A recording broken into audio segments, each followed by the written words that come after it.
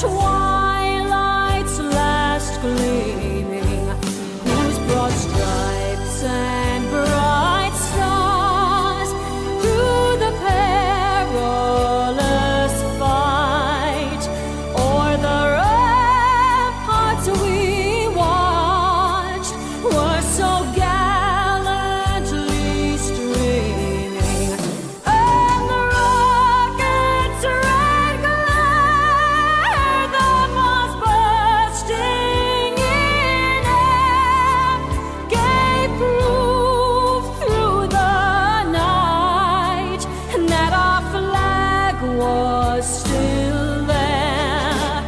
Oh, say does that star-spangled banner yet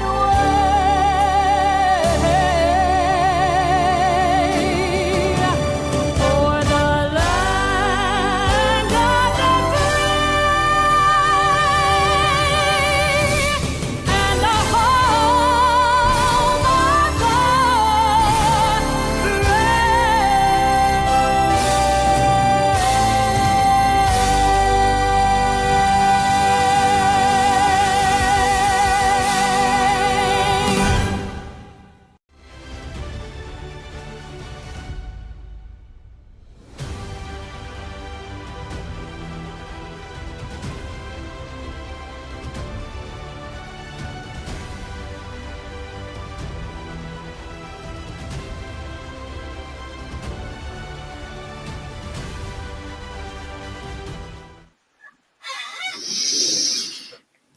Good Monday morning. How are you? I'm doing great. If you're asking, hold on. Let me make sure I have this correct. Let me get my watch on here. Now, I will try a little better. I'm working on a project, and the rain has put me behind, and I might have still a little white paint on my hands that I've yet to remove. So sorry about that if it gets distracting. Sorry. Anyhow, good morning. How are you? I'm your host, BKP. You're watching BKP Politics on voiceofruralamerica.com. I had a great weekend outside of the rain, but I'll tell you what, the heat is gone. I mean, we're looking at like 76 or 77 degrees for the high today. And I'm okay with that. August 4th, 2025. Now, wow. Give me 104, Diane. Hi, how are you? Diane, I sent you a picture. 161. But give me 104 for now. 124. Not that. No, that one's good. I want 124. I'm sorry, Diane. Yes, this is how the week is going to go. You are witnessing the demagification of America, the demagification of Georgia.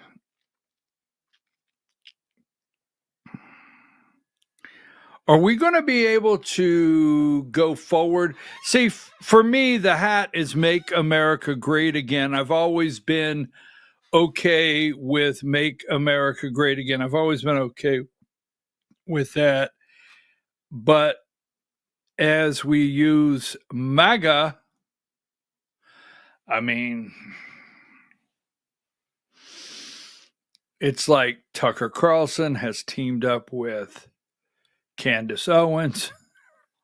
They're going after Nick Fuentes. Laura Loomer is going after Tucker Carlson.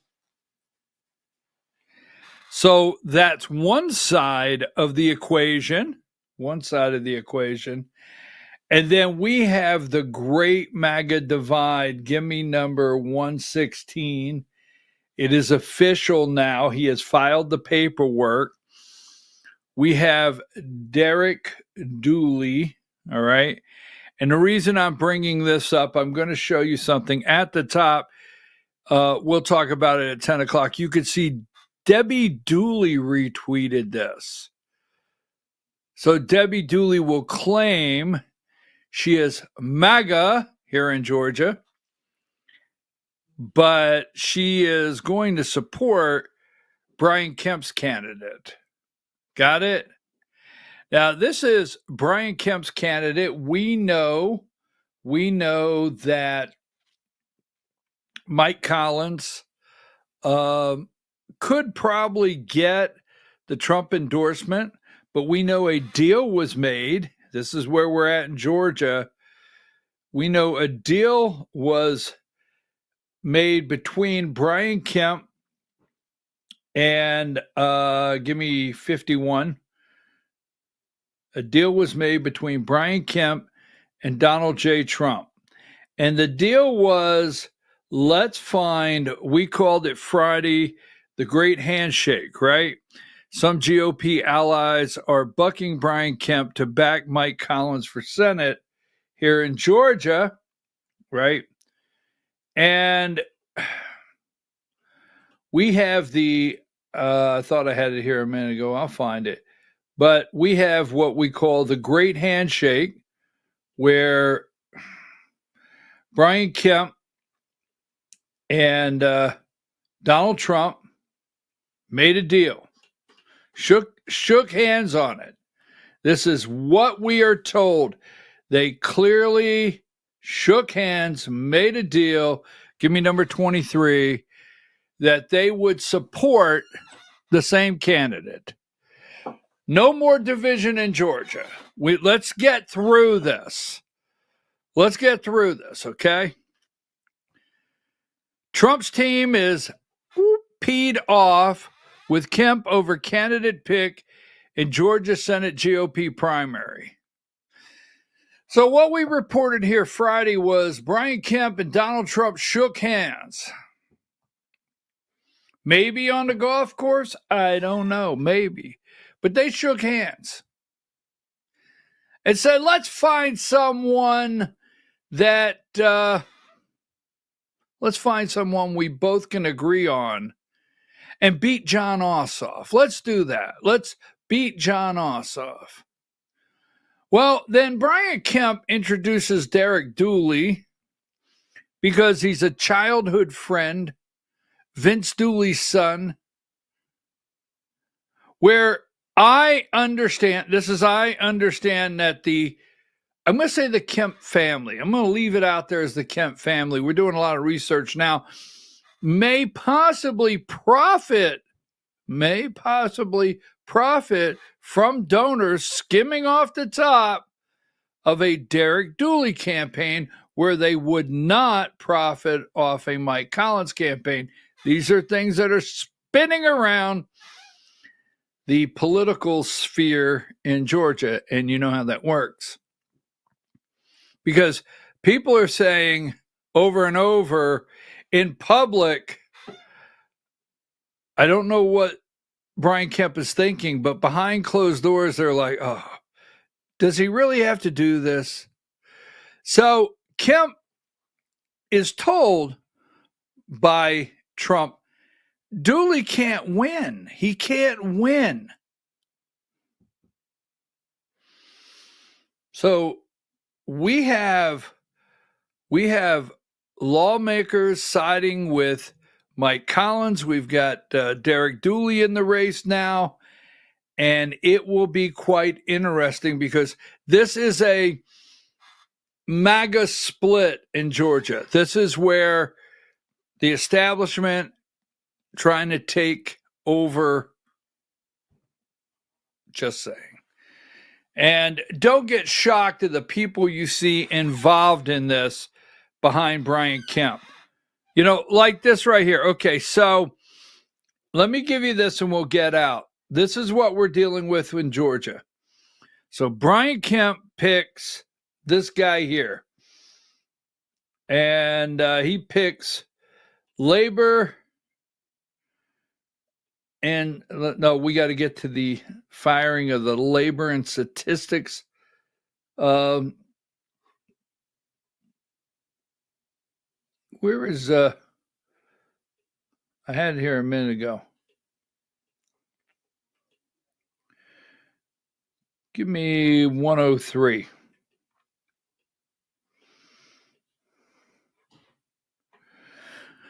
So let me lay this out for you. This is Brian Kemp.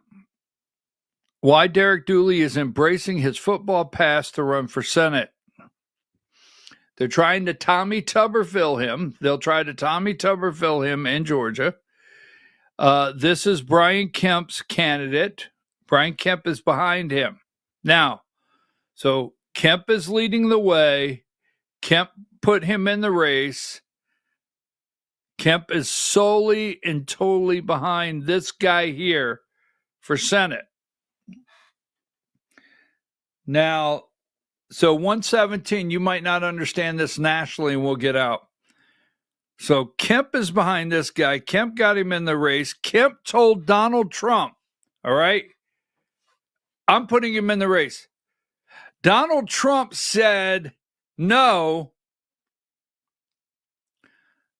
but we have like people like this. I'm hardcore MAGA. I absolutely will not support massage parlor Mike Collins. I am strongly leaning Dooley. So Brian Kemp goes against Donald Trump and puts his candidate in the race. And Debbie says no to Donald Trump, yes to Dooley, meaning the ultimate sellout to Brian Kemp. But she wants you to believe she's hardcore MAGA. BS. Now, give me this one here.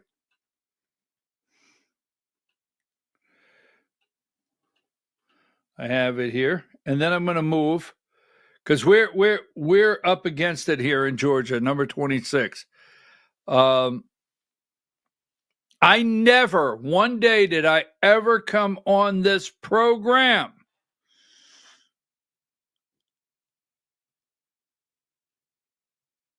and feel that Donald Trump, or there was never a day on this program that I felt that Brian Kemp likes Donald Trump.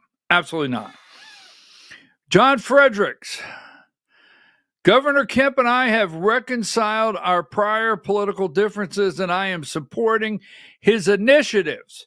You might as well say you're supporting Derek Dooley for Senate to bring the party together and win in 2026. U.S. Senate seat for Georgia and America.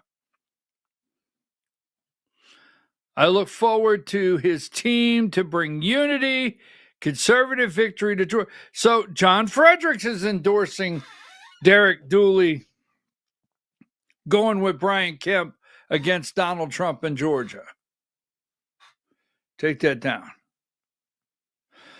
So we shall see. We shall see. Now throw this in here. How are you today? I had a great weekend, right? Throw this one, take that down. Throw in just very briefly. Oh yeah, there's several more in the Georgia Hour updates on First Liberty Building and Loan, the Frost family, the cockroaches. You know, they say you can't kill a cockroach. I don't know. I don't mean, like, I don't want to call somebody a cockroach, but for some reason, these cockroaches won't disappear. They want 161. I mean, the Coweta cockroach cult, crime family Frost get together reunion. I think they're going on vacation, right? But as of this morning, for those out there that have been told by publications, that have been told by the AJC out there, that Brant, the albino rhino Frost, has resigned as Coweta County Republican Party chairman, it's just not true. This morning, he is still listed this morning as chairman, Brant Frost, the Coweta County Republican Party. And there's his mother, second vice chair. The largest Ponzi scheme in Georgia history, 140 million bucks. Well, we got more details on that. I hear they're going on vacation. Oh my God, that's what I hear. I hear it's that time of year. That's what I'm hearing. Take that down. Well, all right. So, Democrats are headed to Illinois. Well, nothing new about that, right? Nothing at all new about that. Texas Democrats, right?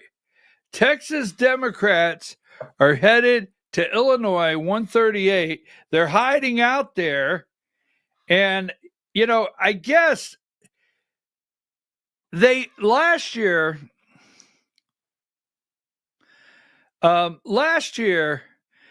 they're trying to redraw the districts in Texas, and it would add 5 seats. Republican seats is what they're saying would happen if they redistrict. So to kill the quorum that they need in the Texas state legislature, Texas Democrats went to Illinois, and 154, Pritzker is the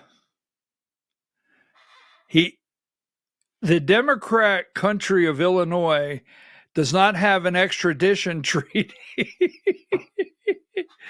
They don't have an extradition treaty with Texas. So Democrats are hiding almost literally behind the governor of Illinois. We'll talk about that one a little later in the show. Can't make any of this up. So what do we have here? I want to know what happens on August 8th, right? I want to know what happens on August 8th. Now, what is August 8th? That's you remember Trump went, go ahead and take that down for me, please. Sorry about that. Thank you very much. Remember, Trump went from 50 days. He gave Russia 50 days. He got 50 days. 50, 49, 48, 47, 46, 45, 10. Trump went from like 50 to 40 to 10. 10, and that's it. Now, they're going to put, and today is August 4th, the 10-day deadline is August 8th. Trump has moved to, we'll talk about this a little later in the show, Trump has moved 2 nuclear subs into the region. Absolutely. He has moved 2 nuclear subs, give me number 135, into the region with Russia, because Dmitriev, is that his name, the former president that now has a role in Russian government, made a statement last week. So Trump says nuclear subs in the region of Russia. So August 8th, apparently, maybe new sanctions go into place. And as Trump said, we played you the video last week, it probably won't matter. India, China will still purchase, crude oil and gas and so forth from Russia, energy products, petroleum, fossil fuel products, they will probably continue to purchase. So I want to know what happens August 8th. All right. Now, what else do we have here on tap? Let's see. I had one here that's very interesting that we're going to talk about later in the morning. We are going to talk. Do you know, I think what I want to do is get focused on, what about the tariffs? Now, number 69, I want to talk about this a little later in the show. What about the tariffs? Now, they continue to tell you it's going to cost a family $2,400 a year. Trump is the only one that has the nerve to correct the wrong. I know we're not going there right now. And worldwide, ever since NAFTA and our jobs leaving this country, they send the product back to us. But countries all over the world, you cannot find our products on the shelf. And I don't know why there's not enough news made of the fact that Trump is determined to get our products on shelves around the world. I don't know why there's not enough, where our manufacturing could fire back up. Our young people can actually get solid jobs, right? And we start exporting our products to these countries. And I don't know why he's not giving any credit, but the tariffs, if it's passed along to the American people, they tell you it would cost $2,400 per year. And I was just thinking this weekend as they were crying about it, it's going to cost an average of $2,400 a year.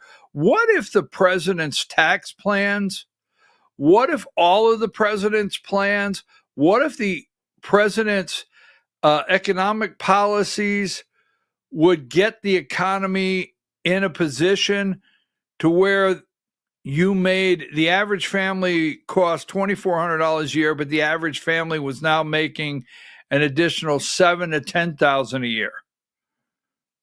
So costing you 24, but you're up $6,000, right? What if? They don't discuss that. All right. So do you know what this is right here? Number 119. This right here, 119, this is where Democrats go to cry. Do you know what that is?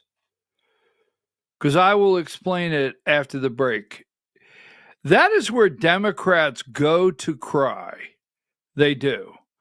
That's a Democrat, liberal, lefty. That's their safe space.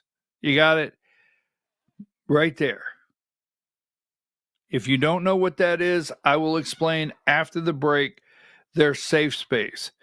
So we're going to have a couple questions this morning. We're going to talk about interest rates. We are going to talk about statistician. Is that how you pronounce it? Trump firing whatever this lady's name. Let me see. I got a couple more here. Let's see. Just doubling down. The Senate has gone into recess.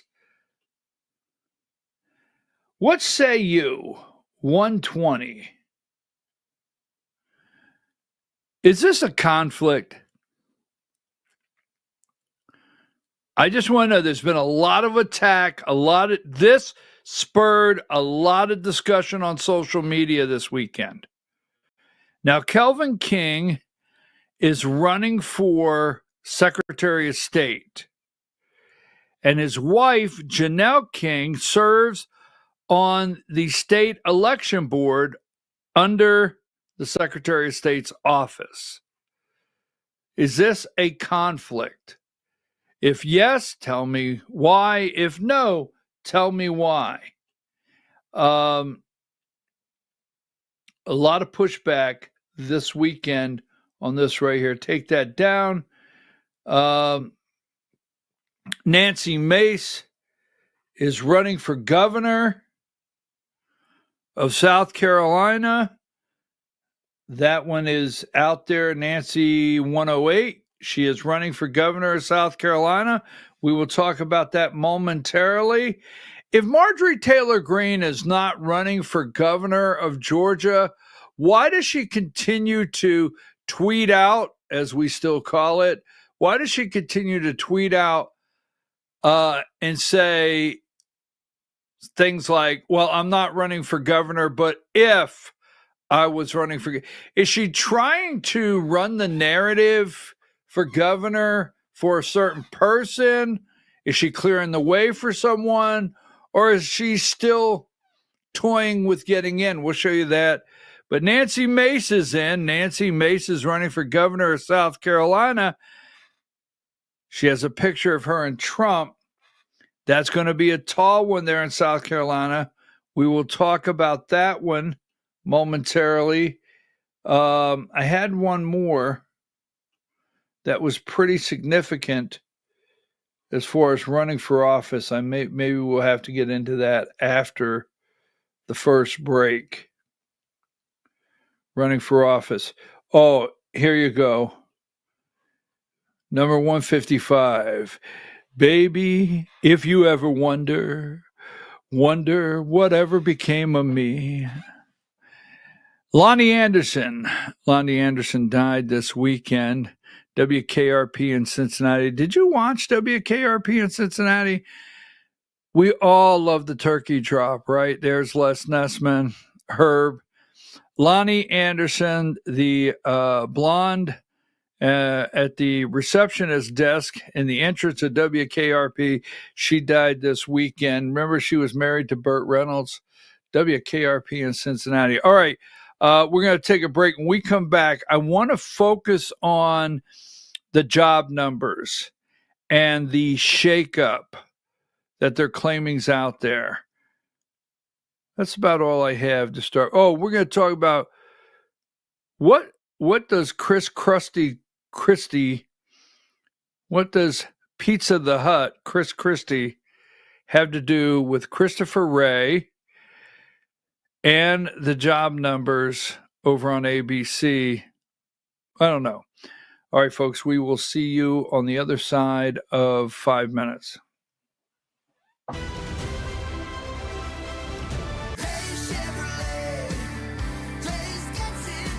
Massive truck discounts are back at Days Chevrolet in Jasper. Up to $10,000 off Silverado 1500s. Up to $5,000 off Silverado 2500s. Don't wait. Get them before they're gone. $10,000 off Silverado 1500s. $5,000 off Silverado 2500s at Days Chevrolet in Jasper. Days Chevrolet. Days gets it done. Together, let's drive. Larry's Body Shop in Ellijay. Family owned and operated since 1978. The latest in cutting-edge digital technology and state-of-the-art equipment allow our iCar Gold Class certified technicians to restore your vehicle. Our second-to-none customer service will work directly with your insurance company. Major accident or minor fender bender, we take the dents out of accidents. Larry's Body Shop, North Georgia's #1 body shop. Visit us at collisiondecision.com. Why give your money to liberal media companies? Put your marketing needs in the hands of a conservative marketing professional and start getting results today. FYN Media Group, one of the top digital marketing agencies in Georgia, specializes in website design and hosting, social media promotion and management, and so much more. Visit FYNmediagroup.com or call 706-889-3564 for a free consultation. Welcome to El Rey Azteca Mexican Restaurant. We invite you to indulge your senses with our from-scratch authentic Mexican food. Whether you are hungry for fajitas or the El Rey Azteca burrito, we offer a wide variety of fine Mexican dishes, drinks, and desserts. Our inviting patio, indoor seating, and bar has a seat for everyone. So come to El Rey Azteca for delicious food, great drinks, good friends, and loads of fun in a casual and friendly atmosphere. Ladies, when you wear elegant jewelry, you become a force to be reckoned with. You shine brighter than the stars in the sky, and your inner beauty radiates like the sun. So embrace the magic, embrace the elegance, and let your jewelry be a reflection of your true, authentic self. My friends over at North Georgia Diamond know what a woman wants. Go see them for the perfect gift. And remember, when it comes to elegance, There's no such thing as too much. Come see us at North Georgia Diamond. We're igniting passion one sparkle at a time.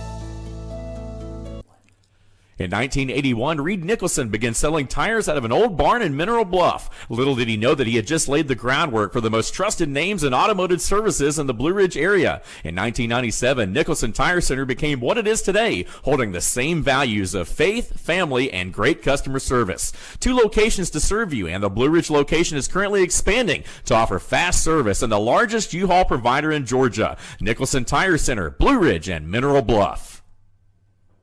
This is a special report. Knowing how to invest your money is harder than ever before. Dealing with stock market volatility, record debt, and terrorist attacks requires new thinking. At U.S. Asset Management, we can help you see the world more clearly so that you can move beyond the chaos and invest with confidence. Call us, visit us online, or drop by our office. U.S. Asset Management, helping you make better decisions with your money. Mesquite Grill, now offering online ordering for your convenience. Check out our new website at mesquitegrillbr.com. That's mesquitegrillbr.com. The great food and service you have come to expect, ready for you when you arrive. Open 7 days a week with a fully stocked bar and friendly service. Bring your furry friends with you and dine on our pet-friendly patio. Also, check out our catering options and let us prepare delicious food for your next event.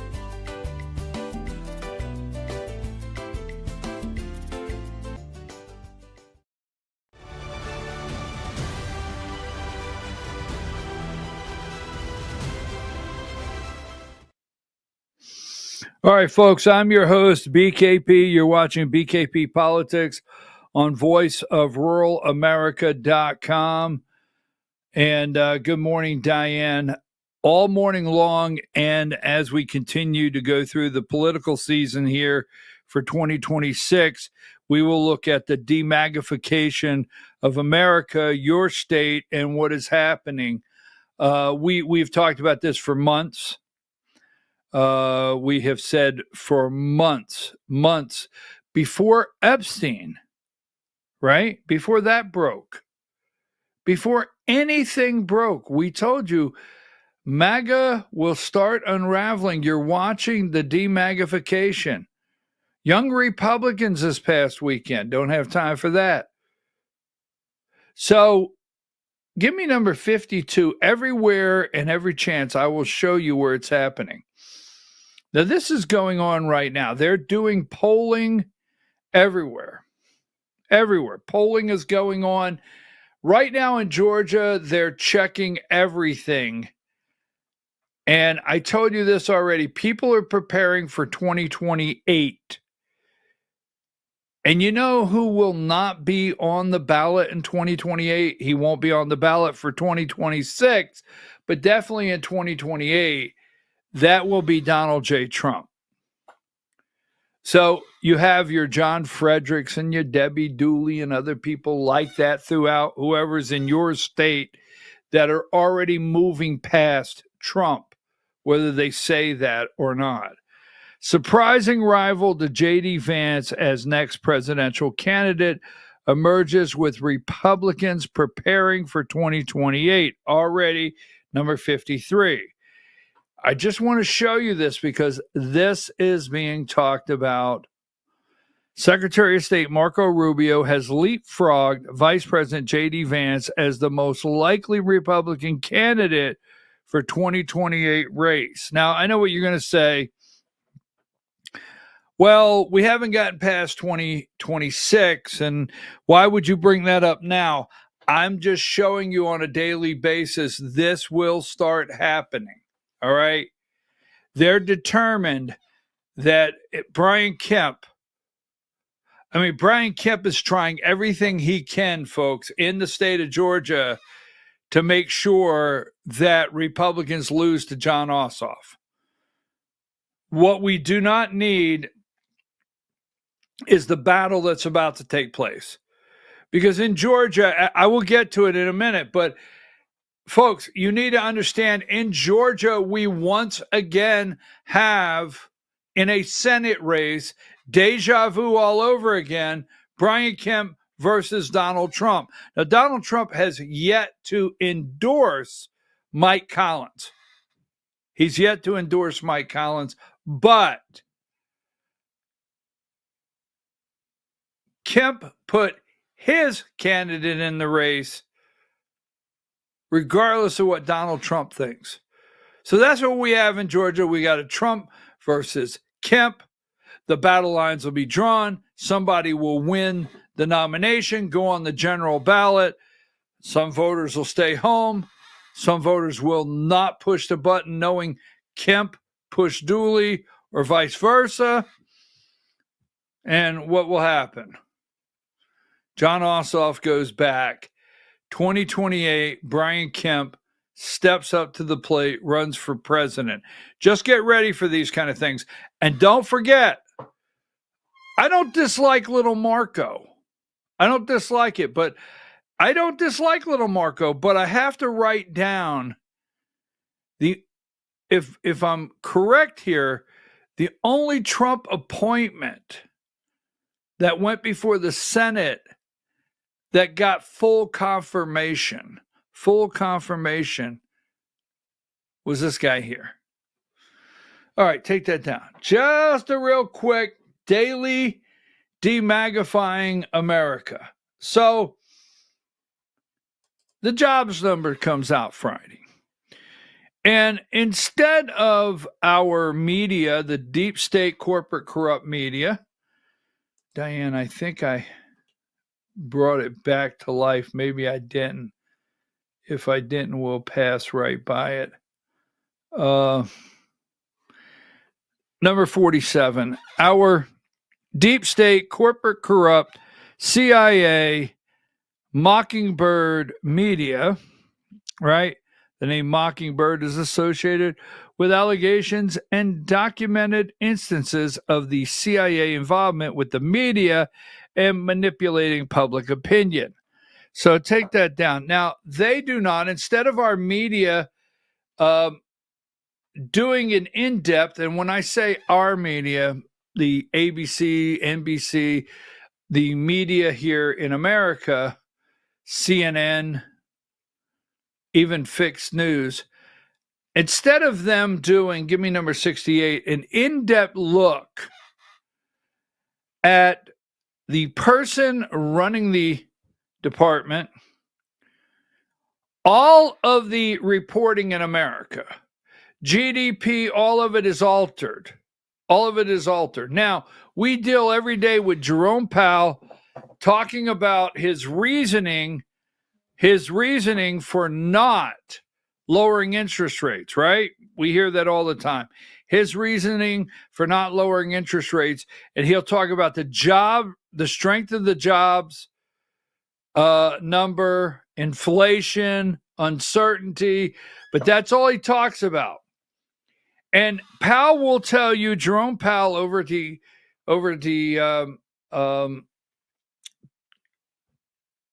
Federal Reserve, he'll tell you all the time that they do nothing but look at the data, correct?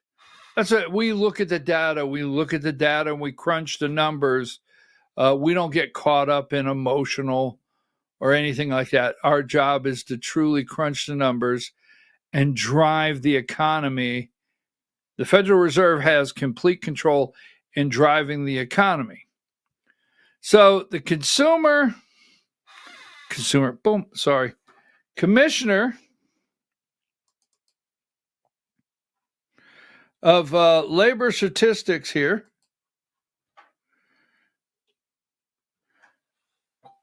In July of 2023, President Obama nominated McEnteffer,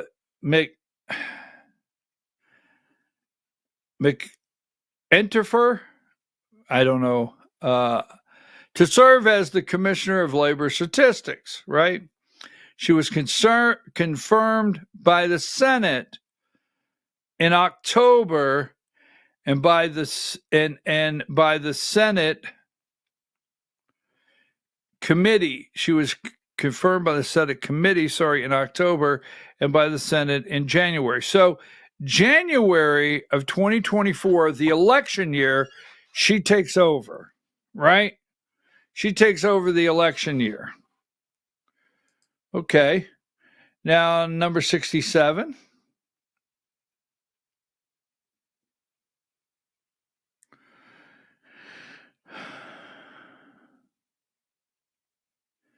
She is number 67 here.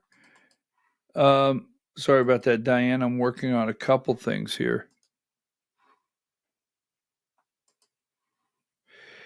This is a picture of her. And she takes office January. So she has the entire election year she's in charge of. Now, what you're going to hear them say, that there's all these agencies. There's 400 different agencies across the country. And she just presents this. And she doesn't even get the numbers until 2 days before they roll out.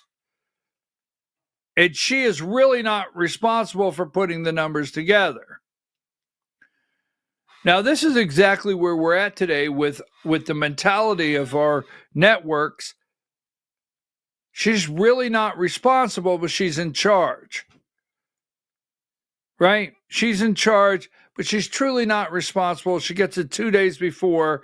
And then what they do, now listen to their logic. What they do is they go through it. They put it out because you need to know that, because you need these numbers to make decisions. You need these numbers to adjust interest rates. You need these numbers to know how strong the job market is, to set wages.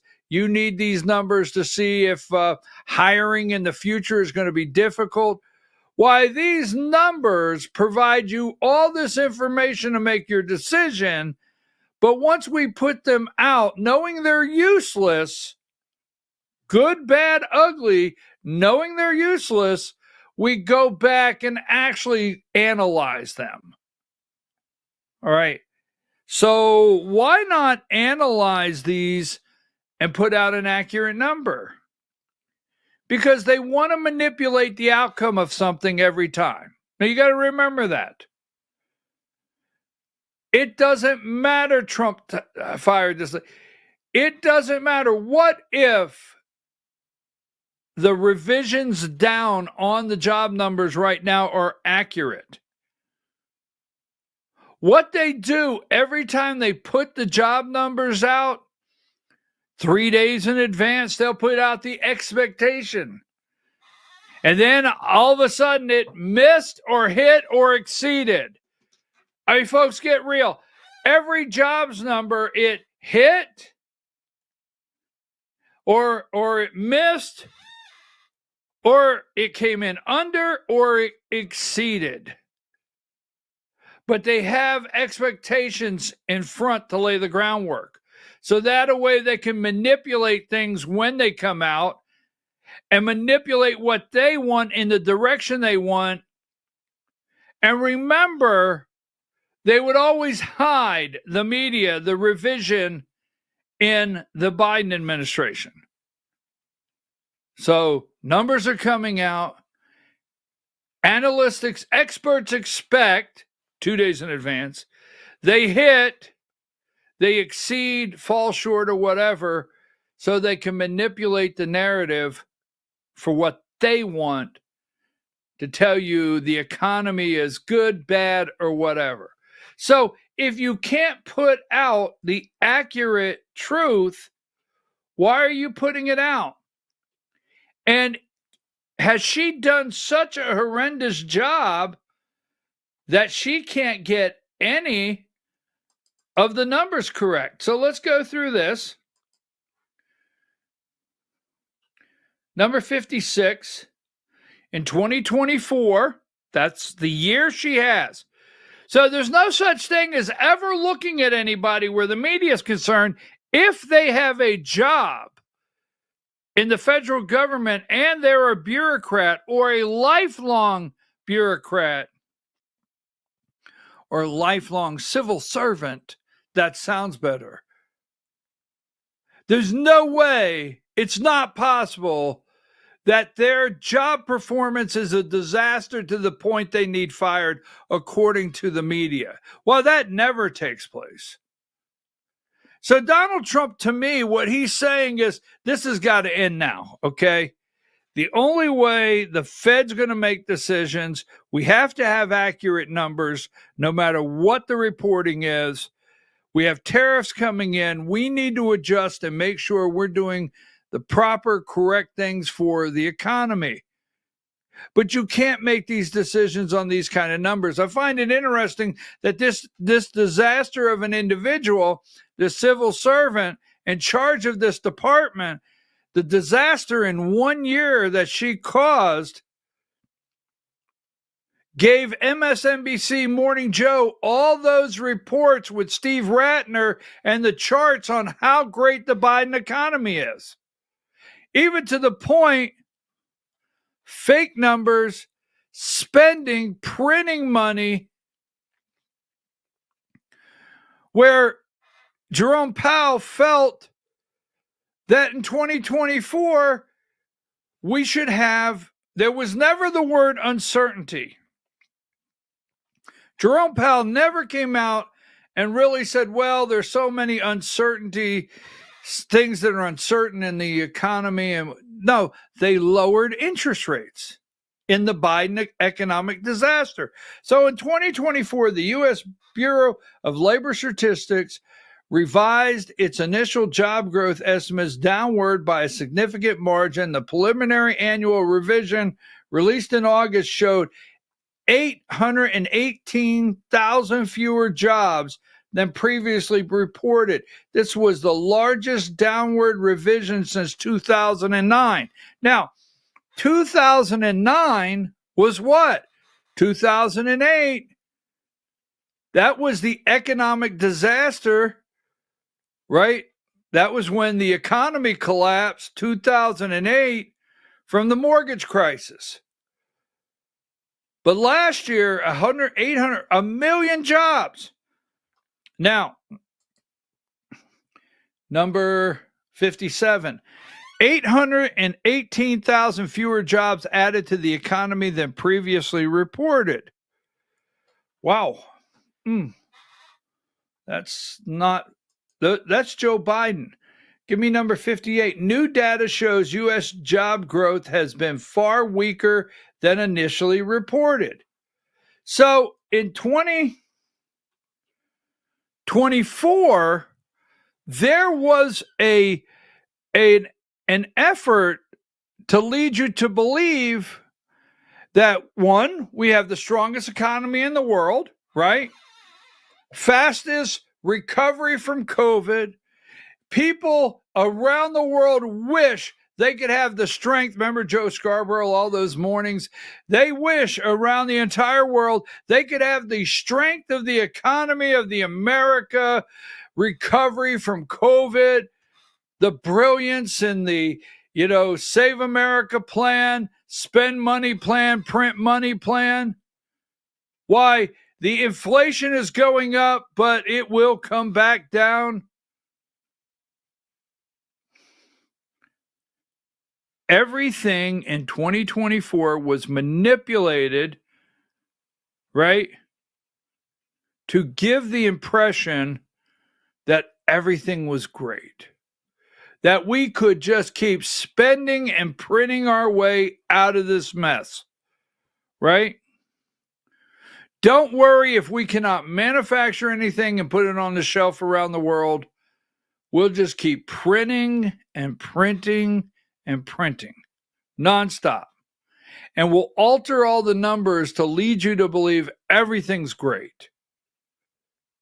Now, number 59, there's a recipe. You know how when you make a cake, a recipe? We'll talk about that in a minute.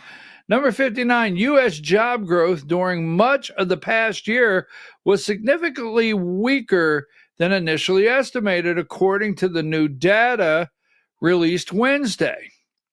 Now, every month when they would hide it and revise the numbers down and never talk about it, because every morning I watch the deep state corporate corrupt media every day.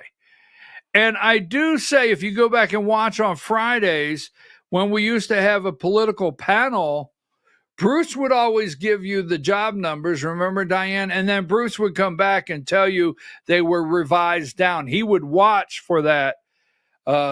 He would keep an eye for the program and the team. He would keep an eye on it. And he would always let viewers know.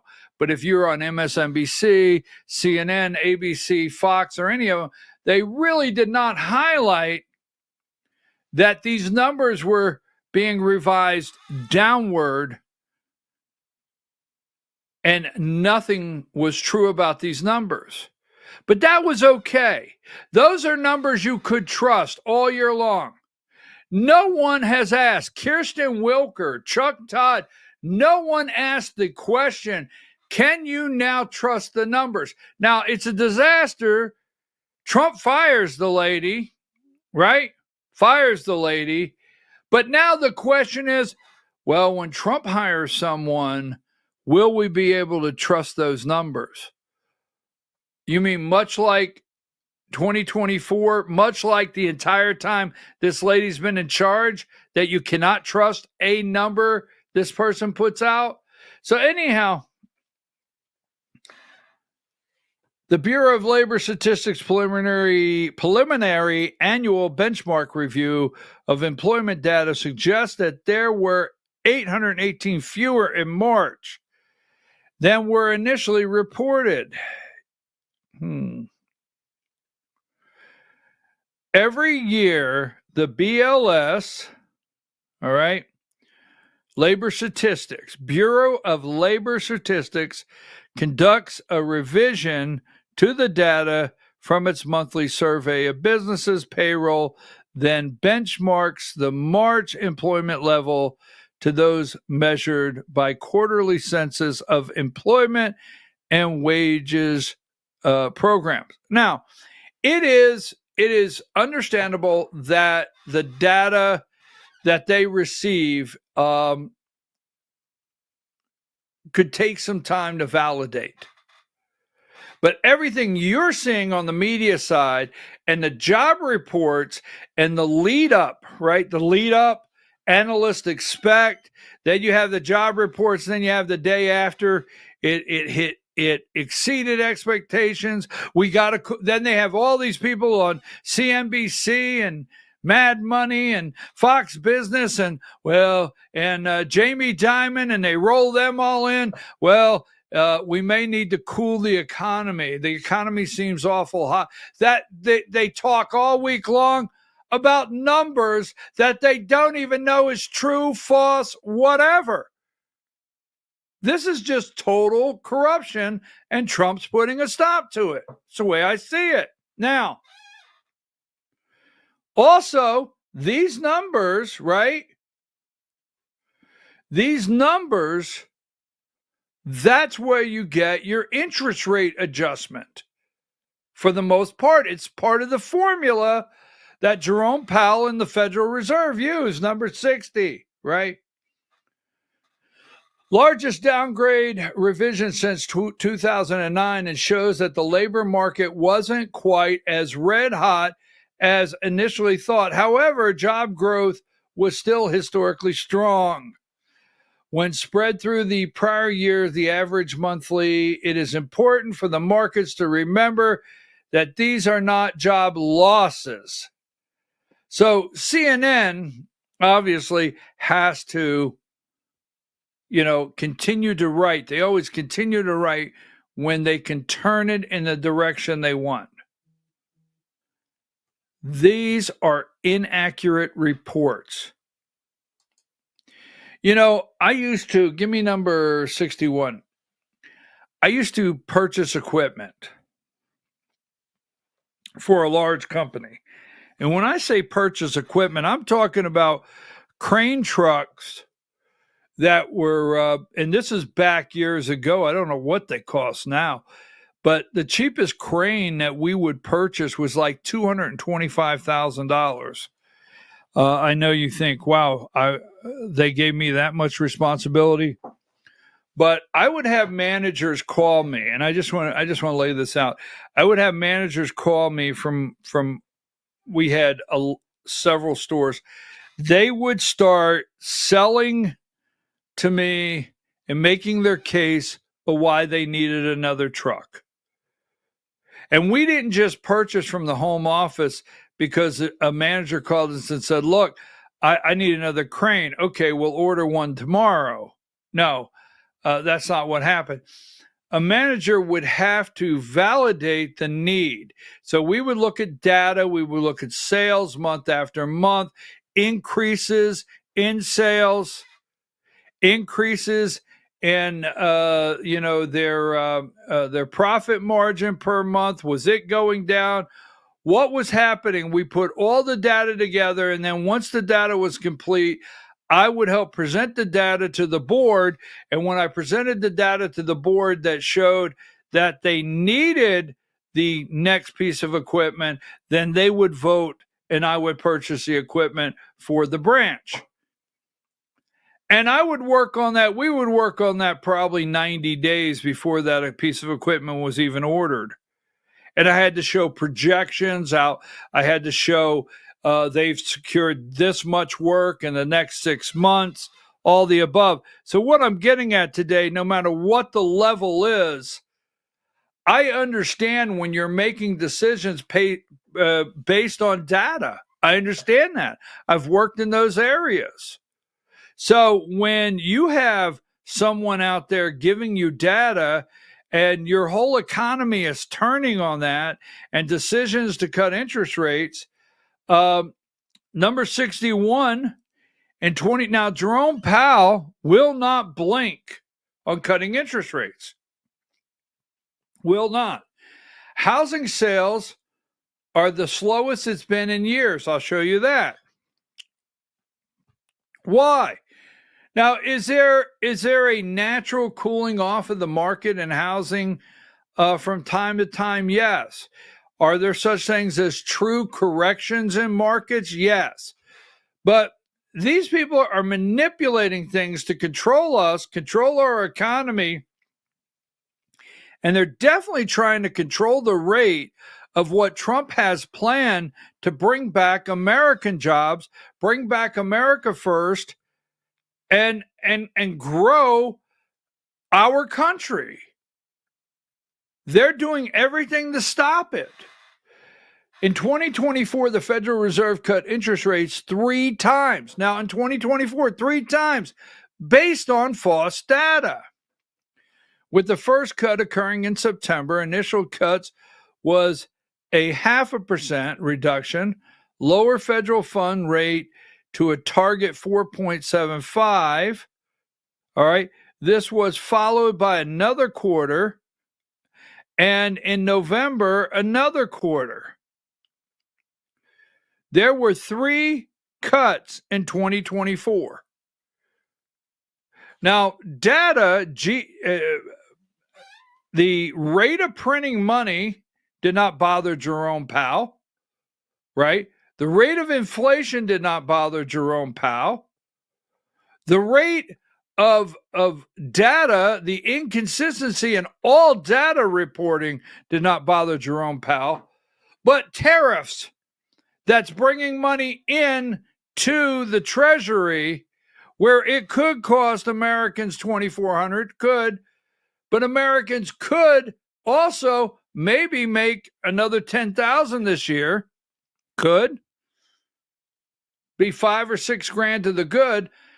This guy, they're going with data and manipulating things to control the turn of our economy. Now, I want to get out of this for a minute because I want to explain something else.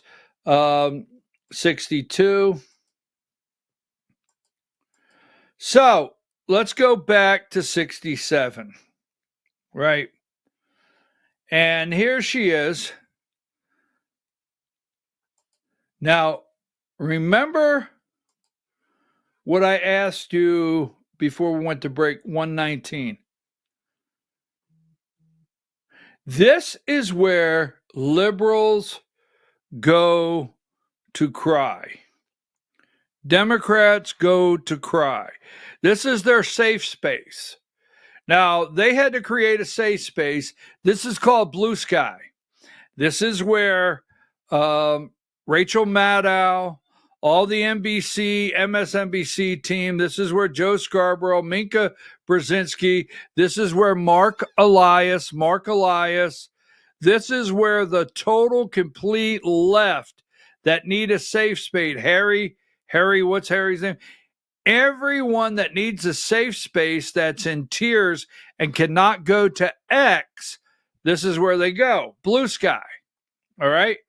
This is the liberals' tear closet safe space, and everybody will commiserate with them. So, meet the press. Well, will you trust the numbers? Let's go with, let's take a break. And when we come back, will you trust the numbers? How the media is spinning this, the disaster of firing someone incompetent. All right. Firing someone incompetent when we return. And what does Chris Christie have to do with Christopher Wray and Christopher Wray's investigation? Take a break.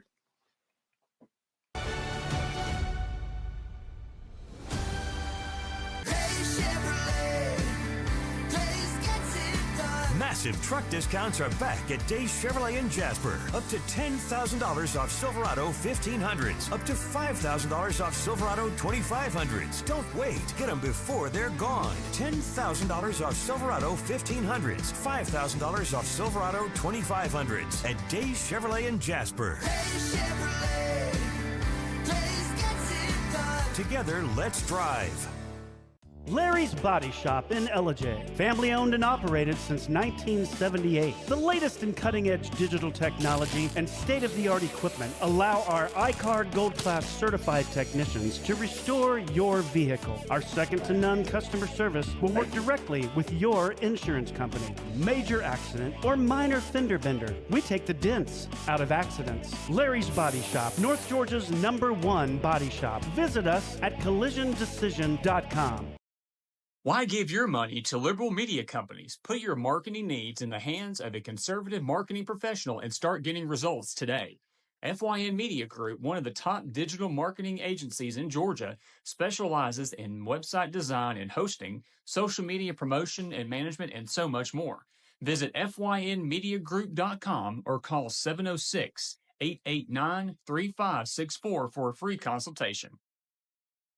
Welcome to El Rey Azteca Mexican Restaurant. We invite you to indulge your senses with our from-scratch authentic Mexican food. Whether you are hungry for fajitas or the El Rey Azteca burrito, we offer a wide variety of fine Mexican dishes, drinks, and desserts. Our inviting patio, indoor seating, and bar has a seat for everyone. So come to El Rey Azteca for delicious food, great drinks, good friends, and loads of fun in a casual and friendly atmosphere.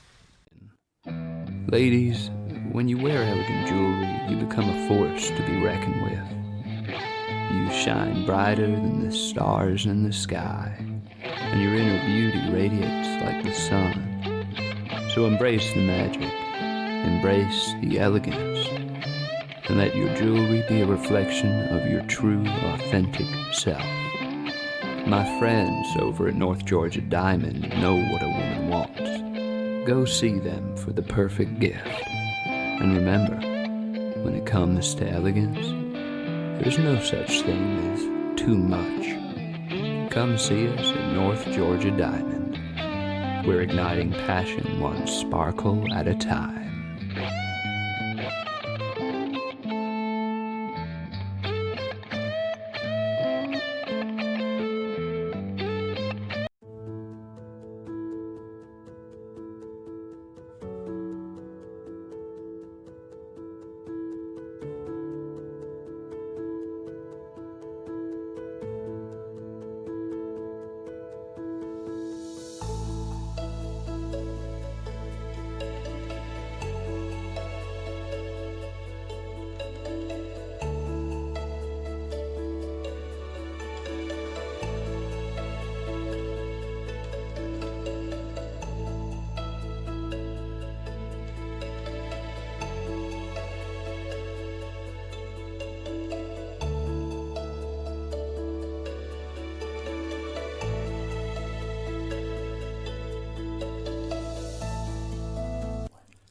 In 1981, Reed Nicholson began selling tires out of an old barn in Mineral Bluff. Little did he know that he had just laid the groundwork for the most trusted names in automotive services in the Blue Ridge area. In 1997, Nicholson Tire Center became what it is today, holding the same values of faith, family, and great customer service. 2 locations to serve you, and the Blue Ridge location is currently expanding to offer fast service and the largest U-Haul provider in Georgia. Nicholson Tire Center, Blue Ridge, and Mineral Bluff. This is a special report. Knowing how to invest your money is harder than ever before. Dealing with stock market volatility, record debt, and terrorist attacks requires new thinking. At U.S. Asset Management, we can help you see the world more clearly so that you can move beyond the chaos and invest with confidence. Call us, visit us online, or drop by our office. U.S. Asset Management, helping you make better decisions with your money. Mesquite Grill, now offering online ordering for your convenience. Check out our new website at mesquitegrillbr.com. That's mesquitegrillbr.com. The great food and service you have come to expect, ready for you when you arrive. Open 7 days a week with a fully stocked bar and friendly service. Bring your furry friends with you and dine on our pet-friendly patio.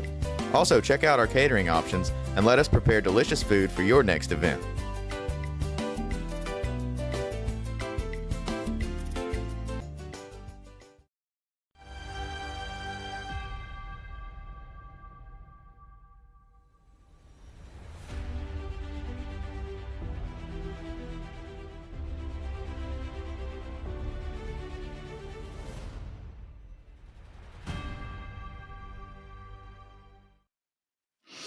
All right, folks, we're back. I'm your host, BKP.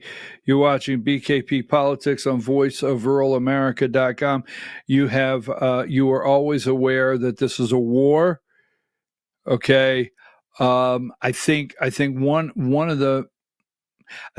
thing you were not prepared for was the internal war, was the separation of our army, our troops, our coalition, right? We had built this great coalition, Make America Great Again, from different sides. And that has blown up. It has, okay? No matter what you say, I can show you over and over. I'm showing you every day. I show you in Georgia. That has cracks, separations, but it doesn't change the fact that this is the war that we have known for God knows how long, that we're in the middle of, and it's intensifying. It really is. So we have media now, they are in all-out defense. They have they're fighting on the front lines for their side.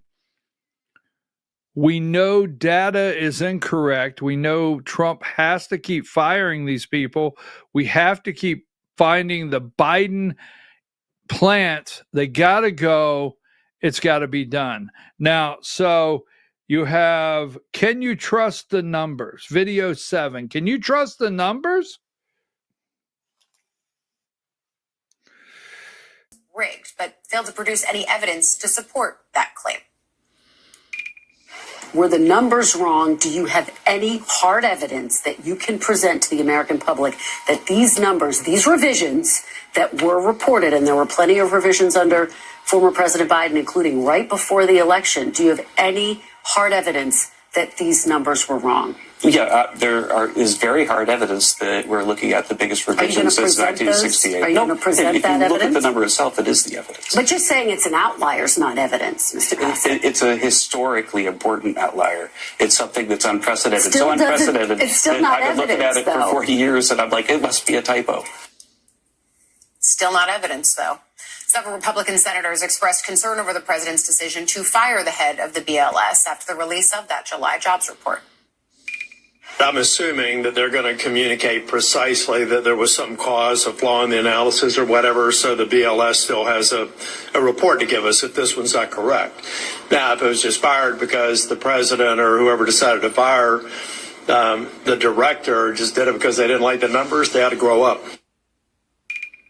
Well, if the data is untrustworthy, we should find out. know what I mean? I mean, if the president is firing the statistician because the numbers are unreliable now, that would be good to know.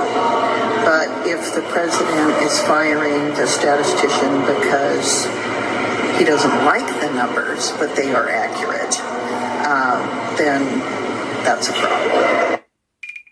You have to look somewhere for objective statistics that the people providing the statistics are. Oh, by the way, there's no evidence. Did you bring evidence today? What evidence do you have? Do you have evidence? Still no evidence.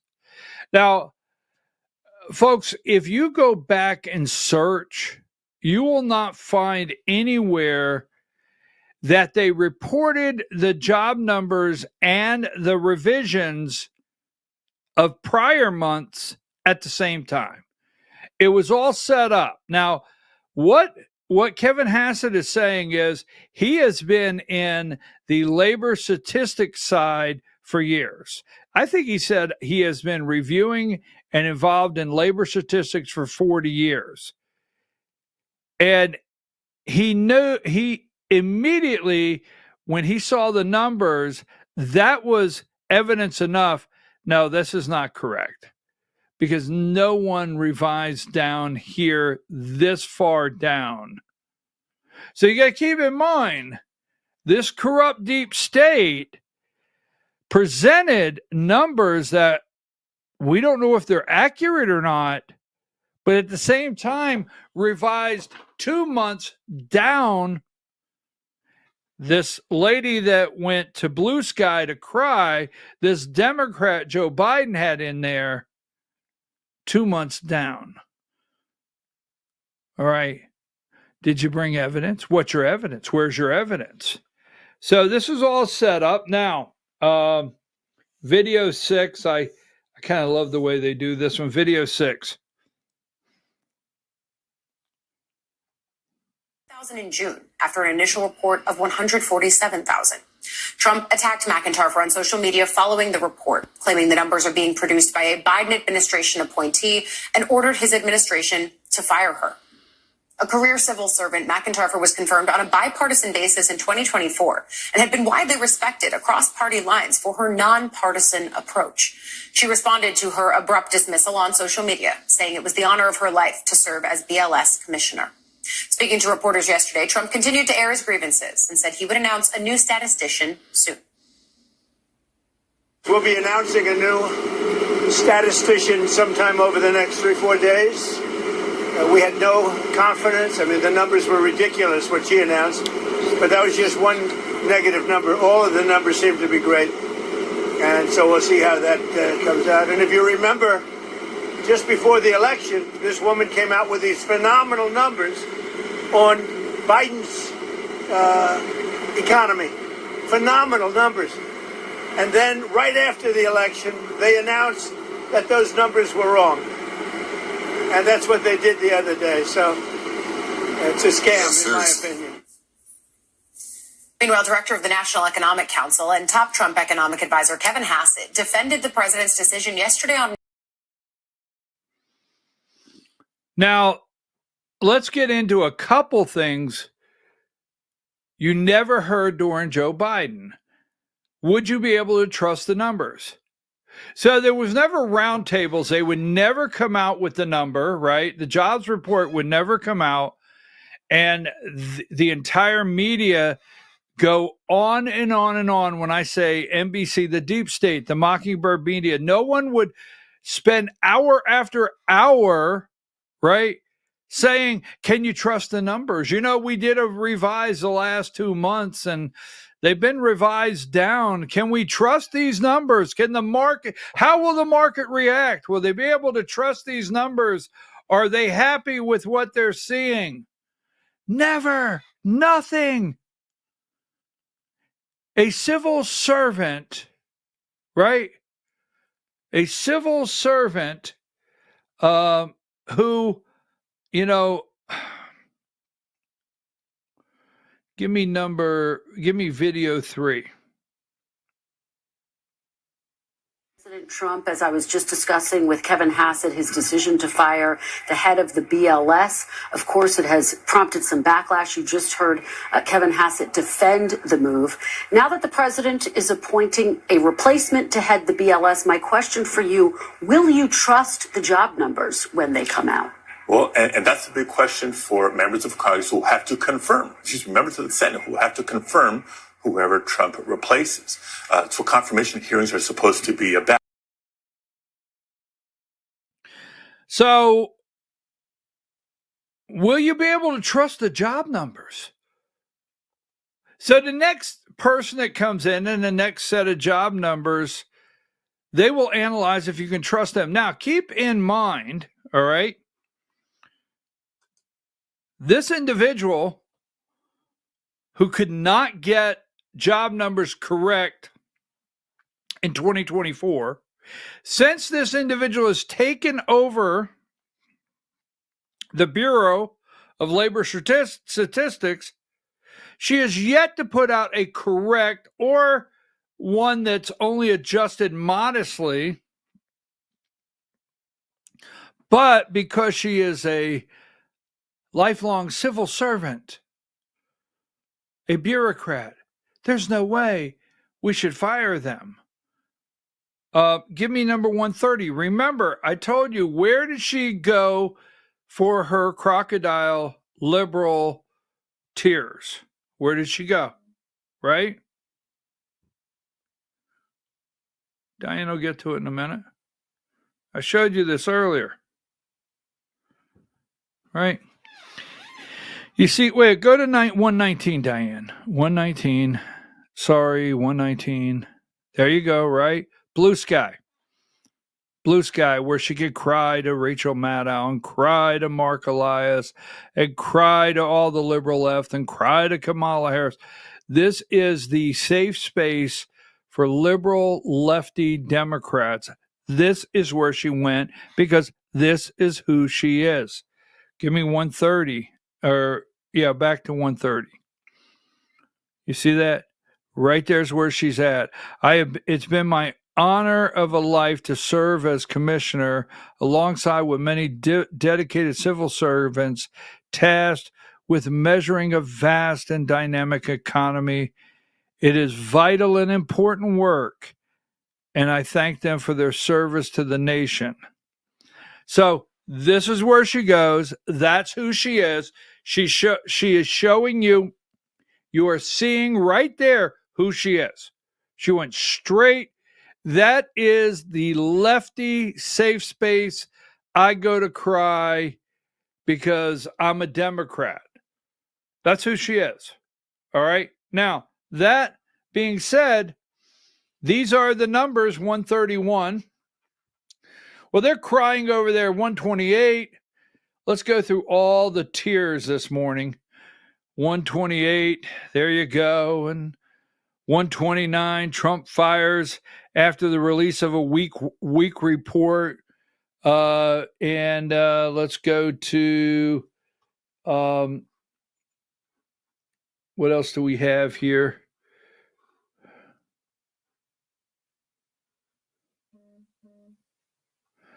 We're going to stay with that right now. Give me hold on.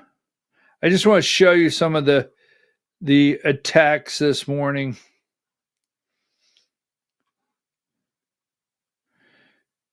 $145, Trump fires commissioner after the release of the week report. Here she is right here. The 146 with the report.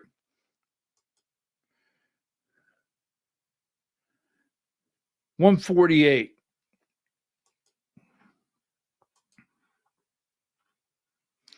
Go to 131. Sorry about that, Diane. We'll stop there for a moment.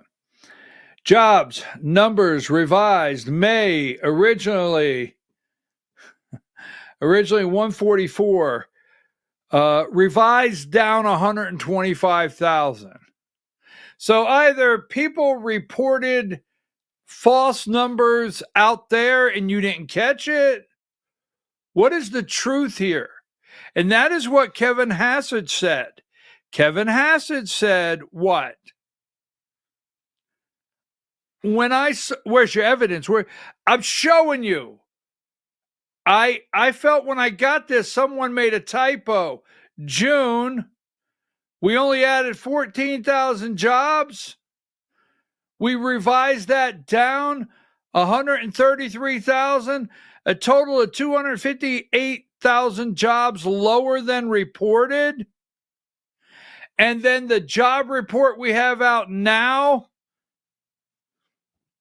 missed expectations. Remember, I told you earlier, expectations. You can't make this up. Now, I want to go with two things, and I've got to get out. We've got to do another segment. I want to do it on Texas. Give me 153.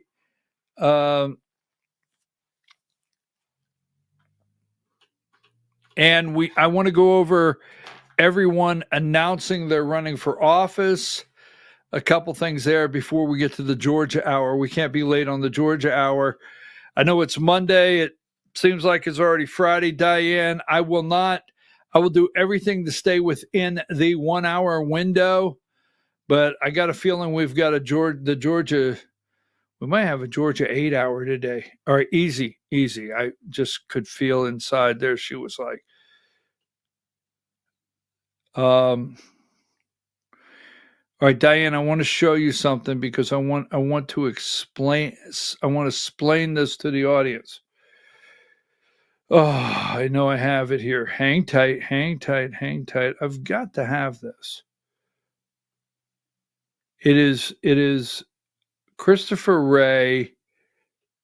I really thought I had cropped out where Christopher Wray is being looked at, investigated. There it is, number 100.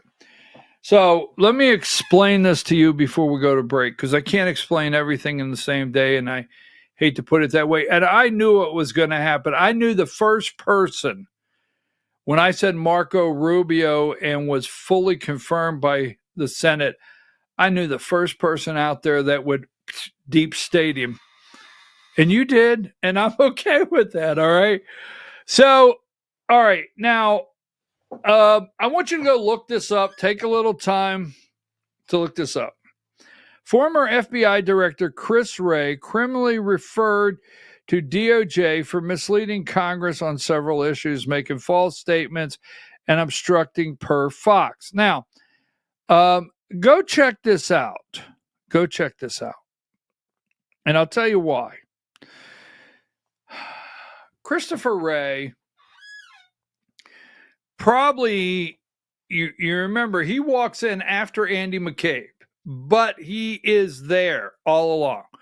So James Comey, by the way, Diane, I sent you a graphic. I didn't number it. Can you just throw it up and then go back to this? James Comey is there, right? Andy McCabe and Christopher Wray. Number of arrests as of this morning. Hang on to this one, because until something changes, as of this morning, number of arrests: Russian collusion, 0; January 6th, 0; Mar-a-Lago raid, 0; Biden auto pen, 0; 2020 election, 0; Epstein pedophile arrest, 0; COVID, 0; Benghazi, 0; Doge findings, 0; Ukraine impeachment hoax, 0. So I just wanted to show you the tote board of the number of arrests after 197 days in office. We're waiting for it.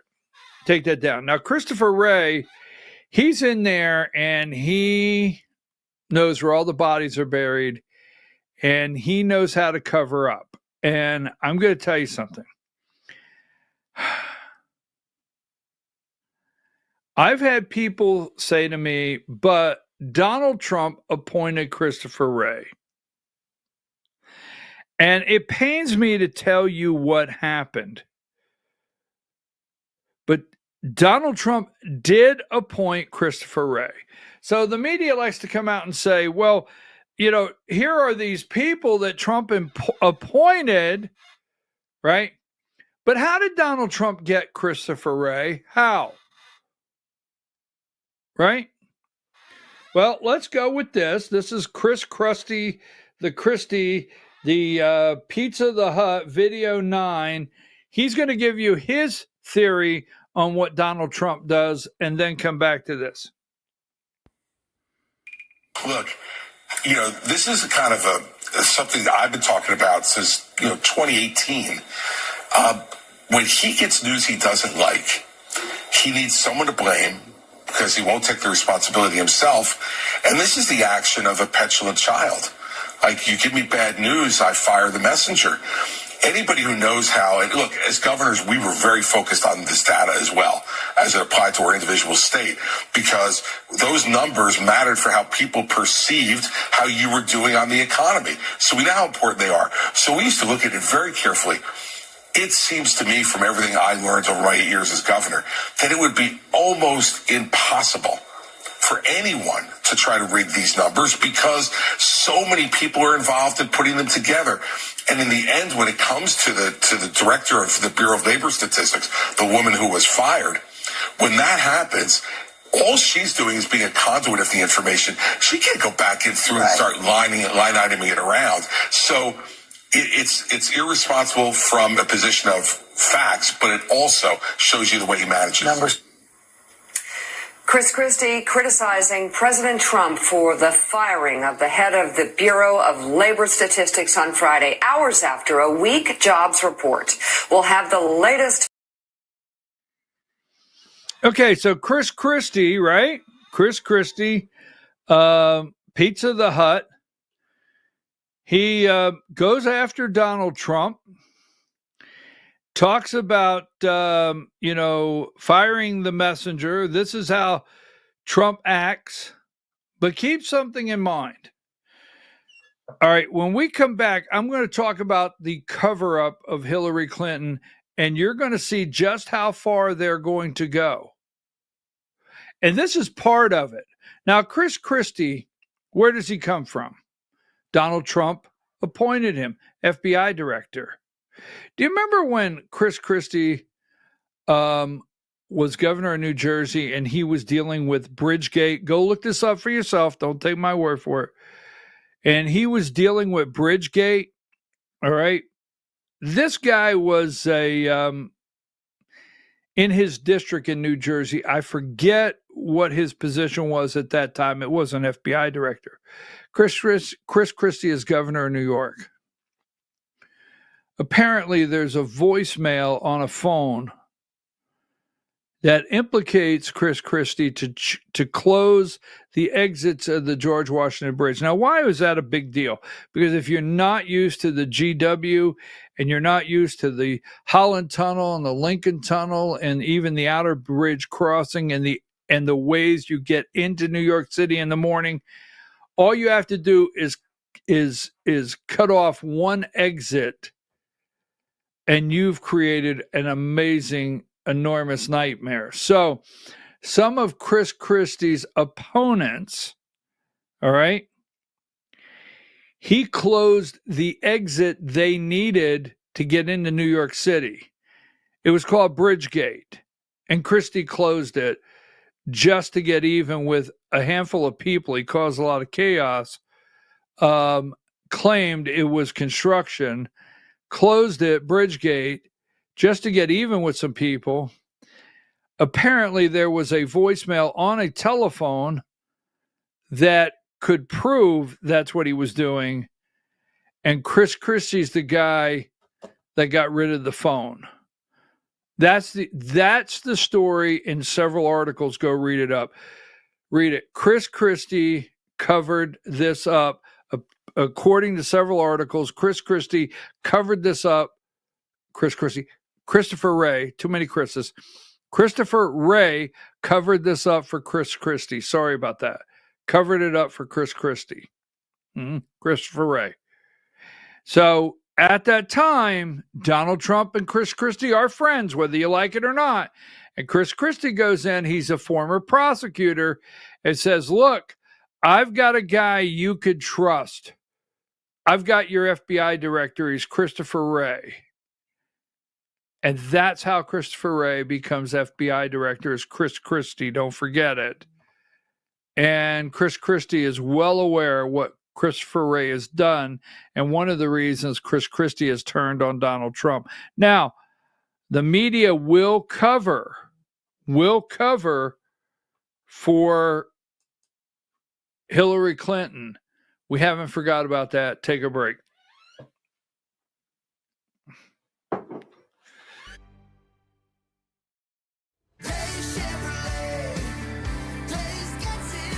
Massive truck discounts are back at Days Chevrolet in Jasper. Up to $10,000 off Silverado 1500s. Up to $5,000 off Silverado 2500s. Don't wait. Get them before they're gone. $10,000 off Silverado 1500s. $5,000 off Silverado 2500s at Days Chevrolet in Jasper. Together, let's drive.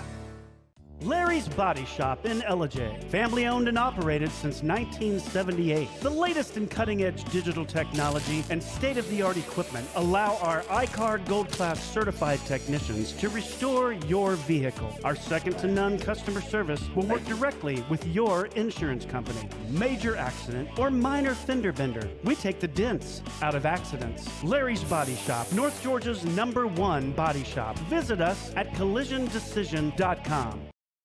Why give your money to liberal media companies? Put your marketing needs in the hands of a conservative marketing professional and start getting results today. FYN Media Group, one of the top digital marketing agencies in Georgia, specializes in website design and hosting, social media promotion and management, and so much more. Visit FYNmediagroup.com or call 706-889-3564 for a free consultation.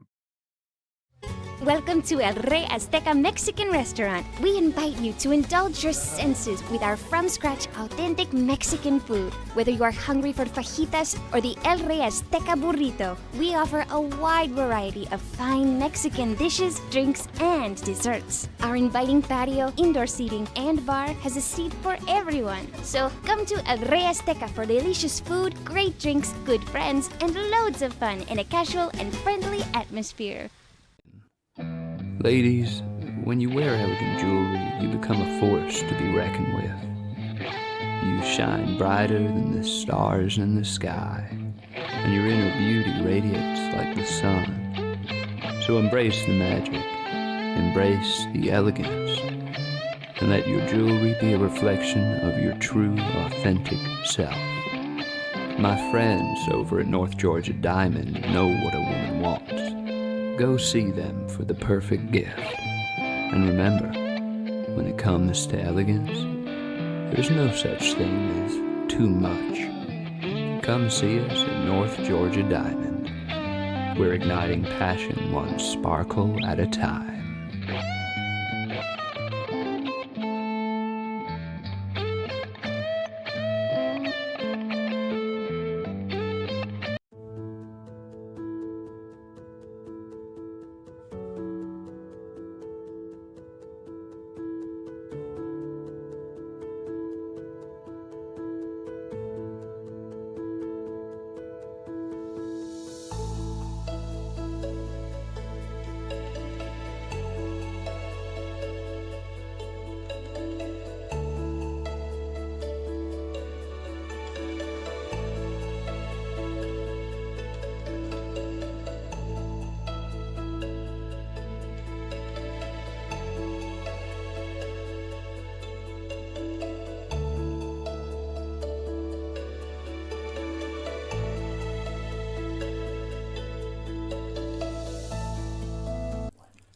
In 1981, Reed Nicholson began selling tires out of an old barn in Mineral Bluff. Little did he know that he had just laid the groundwork for the most trusted names in automotive services in the Blue Ridge area. In 1997, Nicholson Tire Center became what it is today, holding the same values of faith, family, and great customer service. 2 locations to serve you, and the Blue Ridge location is currently expanding to offer fast service and the largest U-Haul provider in Georgia. Nicholson Tire Center, Blue Ridge, and Mineral Bluff. This is a special report. Knowing how to invest your money is harder than ever before. Dealing with stock market volatility, record debt, and terrorist attacks requires new thinking. At U.S. Asset Management, we can help you see the world more clearly so that you can move beyond the chaos and invest with confidence. Call us, visit us online, or drop by our office. U.S. Asset Management, helping you make better decisions with your money. Mesquite Grill, now offering online ordering for your convenience. Check out our new website at mesquitegrillbr.com. That's mesquitegrillbr.com. The great food and service you have come to expect, ready for you when you arrive. Open 7 days a week with a fully stocked bar and friendly service. Bring your furry friends with you and dine on our pet-friendly patio. Also, check out our catering options and let us prepare delicious food for your next event.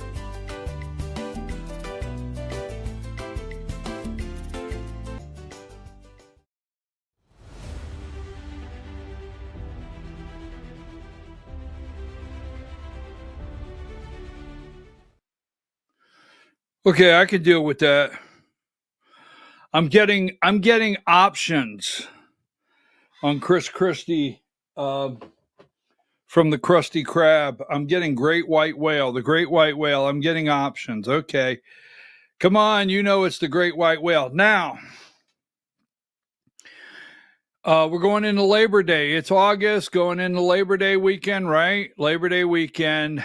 And between now, Labor Day weekend, and then it's full ahead on election season. Now, I've talked about it at the very beginning of the show. Georgia Hour, 10 o'clock. Marjorie Taylor Greene. What is she up to? What is she up to? I'm going to read some comments that she has made. She made one this morning. What is she up to? What is she doing? And we're going to talk about a couple elections that are taking place and the demagnification of America right now. So, Diane, I just sent you a video. Just tell me if you got it for the Georgia Hour to make sure. We just call it a Georgia Hour video just to make sure. So now,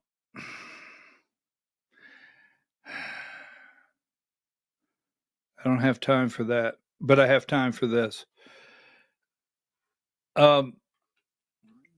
Give me number. What about investigating Hillary Clinton? Right? What about investigating Hillary Clinton? Well, give me number.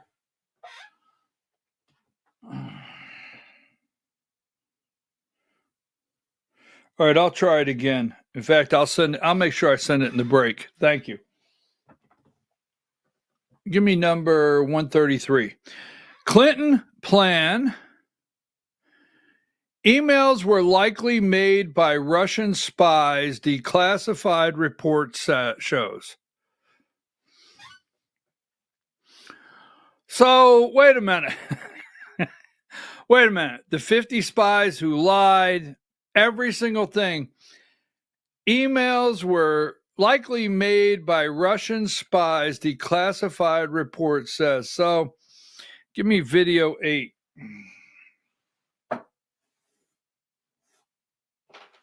And conspiracy theorists for years have alleged Hillary Clinton's 2016 presidential campaign launched a plan to falsely accuse Donald Trump of collaborating with Russia.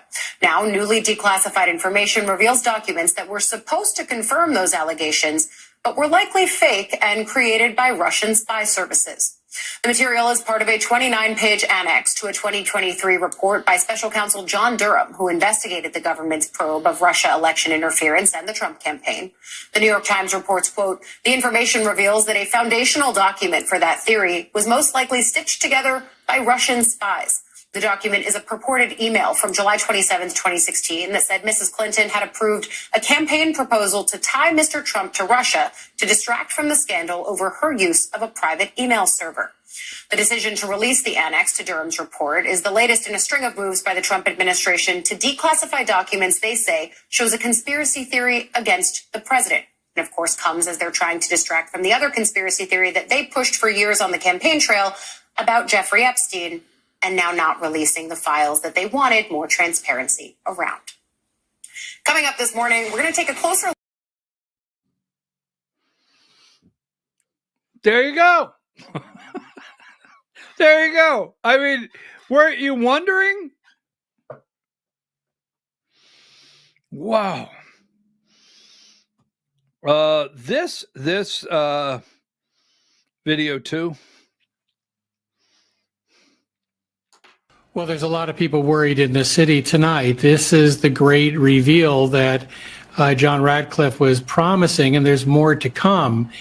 The important thing about this, Sean, is that it confirms things that we knew, and it gives us things that we did not know. We always knew, not always, but we knew earlier in July 2016, Brennan briefed Obama to say that Hillary Clinton was planning to create a Russian collusion scandal for Trump to distract from her email scandal. He briefed the president on that, and then months later, he played a critical role in overruling CIA analysts and including the Steele dossier. We also know that the Clinton campaign lied to the media, denied they had funded the Steele dossier, and indeed hid that funding as legal expenses by Mark Elias, the general counsel at that time of the Clinton campaign. And all of this required this all-on-deck effort, the government, the campaign, the media. That's why when you see the reaction of the media today, it's clear that no matter what is produced, you can show a dozen heads in a duffel bag, and they're still not impressed. And the reason is that for most of the media, this is not coverage. It would be a confession. That is, if they actually cover this story, they are confessing their own role in what may be the greatest political hit job in history.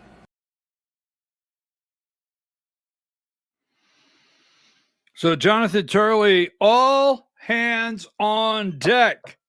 All hands on deck. If they would come close to even covering the cover-up, it wouldn't be covering it. It would be a confession. A confession. And as you can see, the media is well prepared to stand up. They'll never admit anything and run defense. Now, Diane, I'm going to send you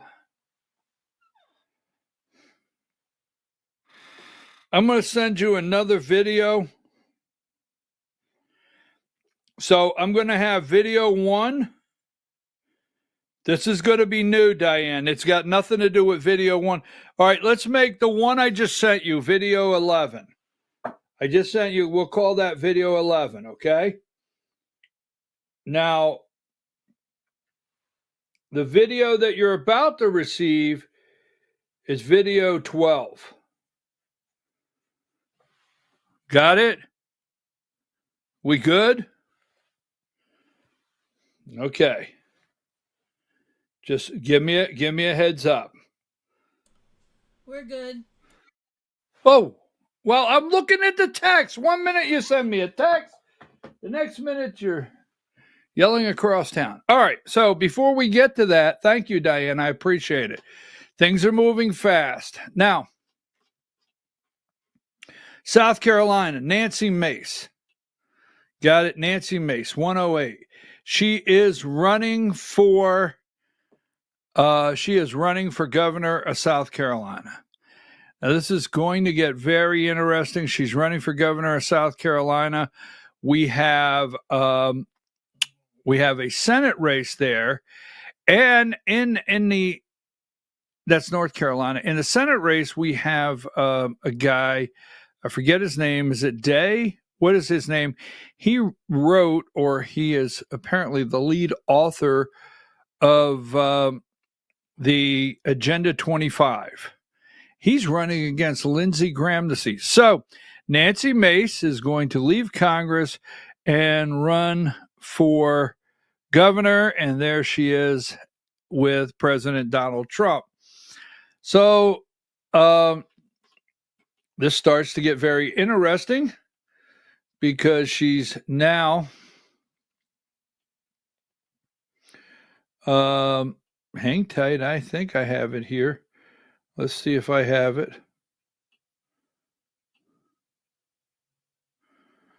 She's running against 109. This is going to be a major breaking point in the party that we continue to have.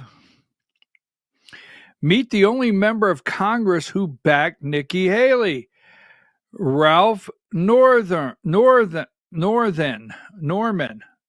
3 times the charge. Ralph Norman, sorry. Meet the only member of Congress who backed Nikki Haley. So you have Nikki Haley, you have Ralph Norman. Oh, I'm for sure Donald Trump wants to beat them. But here you go. Remember when Jim DeMint, number 110? So we have Jim DeMint here and Nikki Haley. Nikki Haley and Jim DeMint endorse Ralph Norman for South Carolina governor as he launches campaign in Rock Hill, South Carolina. All right. Interesting. Jim DeMint, Nikki Haley, Ralph Norman against Nancy Mace, Donald Trump, and who else? South Carolina. That's going to be an interesting one. Now, we will see announcements all across the country. All across the country, we will see announcements every single day now. They will not be a day pass that someone does not announce they're running for office somewhere in the United States. Texas is trying to redraw lines for Congress, right? They're trying to redraw lines for Congress. Give me I want to double check, make sure I don't have anything left here. We'll see some other ones. We're going to talk about Dooley in the Georgia hour. You want to be here. We're going to talk about Dooley. We're going to talk about Collins. Already there's a battle. We're going to talk about First Liberty Building and Loan. So I threw this out this morning. Give me this right here because we're talking about MAGA in different ways. Give me number 114. I told you this last week.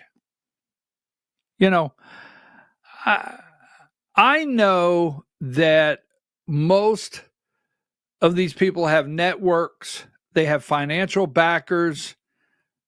Every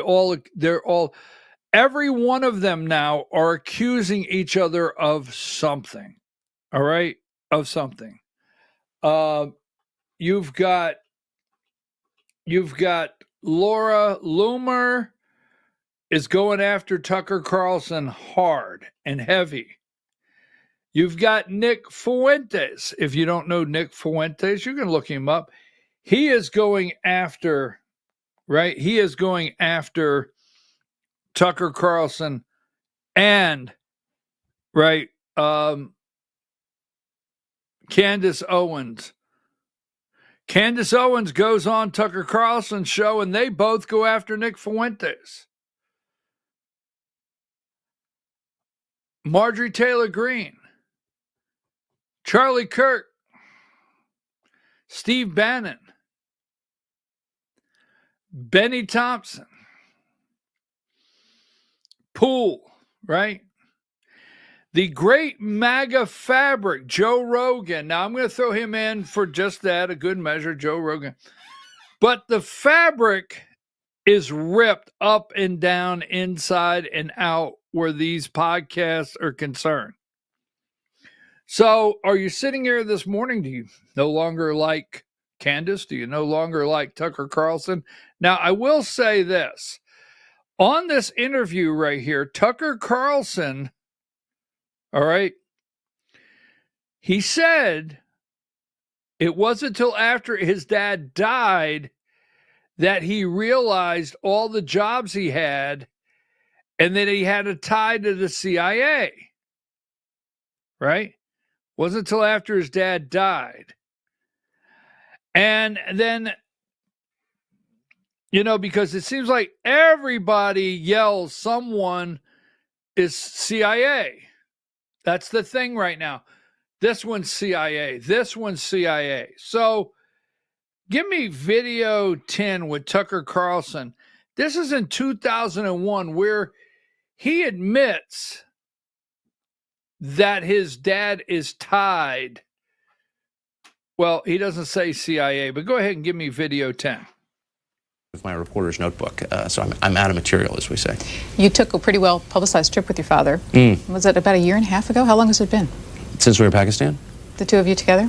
The one where you got left behind for a couple of days. Oh, no, that was when I went to Vietnam with John McCain. Yeah, I had a hassle at the airport. And are you still traveling with your father on trips? Well, I didn't go with him on that trip. No, actually, we went to Pakistan together this time.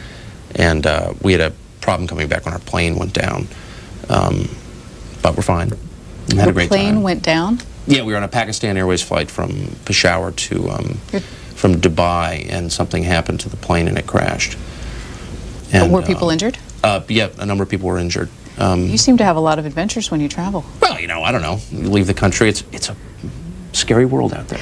How often and why do you travel professionally with your father? I don't. I just went on this trip with him. I was actually planning on going with another friend of mine who's a reporter, but he didn't go. He couldn't go at the last minute, and you know, not fun to travel abroad by yourself. My father's a great guy to travel with, and very amusing and adventurous person who's up for anything. So I said, let's go to Pakistan. Okay. For people that don't know him, what did he do with his career? He's done a bunch of things. He was a long-time journalist. He was at the LA Times and at ABC for many years, and then did a bunch of other things, and then ran Voice of America and Corporation of Public Broadcasting. And lives here in Washington. And lives here in Washington, yes. Next call for you is from Yakult, Washington, on our Democrats line. Voice of America. His dad ran Voice of America. 2001, Tucker Carlson. Now, I'm not against Tucker, but I will say this, 63. There's a major fight. MAGA's warning to Trump's heir, okay? And the reason I put this up is that's not exactly what this article is about. But this article, 2028, the heir to MAGA and the divide and what happens in 2026 with all of these personalities separating and fighting amongst themselves. And they're doing that. 64, I've got to take a break. I want to show you something here. 64, states sue Trump administration over trans care access. All right. We'll talk about that tomorrow. We will talk about this week because this is coming up at the Supreme Court. Then give me number 70. The Justice Department has filed a complaint to block decades-old Texas laws providing in-state tuition for illegal aliens. Give me number 71. Trump squeezes states on college tuition for undocumented students. This is coming up. This will be big. You take a child that's undocumented, we'll call it that, right? Undocumented, and trying to find some things here. Take a child that's undocumented and they go from kindergarten to 12th grade, but they're not allowed to get what's called in-state tuition. They're not citizens. Can't get in-state tuition. This is coming up. I knew I had it. Give me number 80. Let me show you this before we break. All right. Tucker Carlson deliberately chose to suppress the Hunter Biden laptop story to preserve his friendship with the investment relations with Hunter Biden and the Biden family. So she's going after Tucker. Candace Owen and Tucker are teamed up. Nick Fuentes is going after Candace Owen and Tucker. Everybody's all up in arms. Okay, when we return, Yeah, that's enough for one day. We have more we can talk about tomorrow. First Liberty, give me number 86. First Liberty once again in the headlines. Derek Dooley, all right, wearing an awful lot of Tennessee orange. Brian Kemp's pick for Senate. Mike Collins has already reacted. He's not playing any games. Collins is serious about this run, and he knows how to campaign. We've watched that before. Let's see, what else do we have? Marjorie Taylor Greene. What is she up to? Take a break. 10 o'clock on the dot, the Georgia Hour. We'll be right back.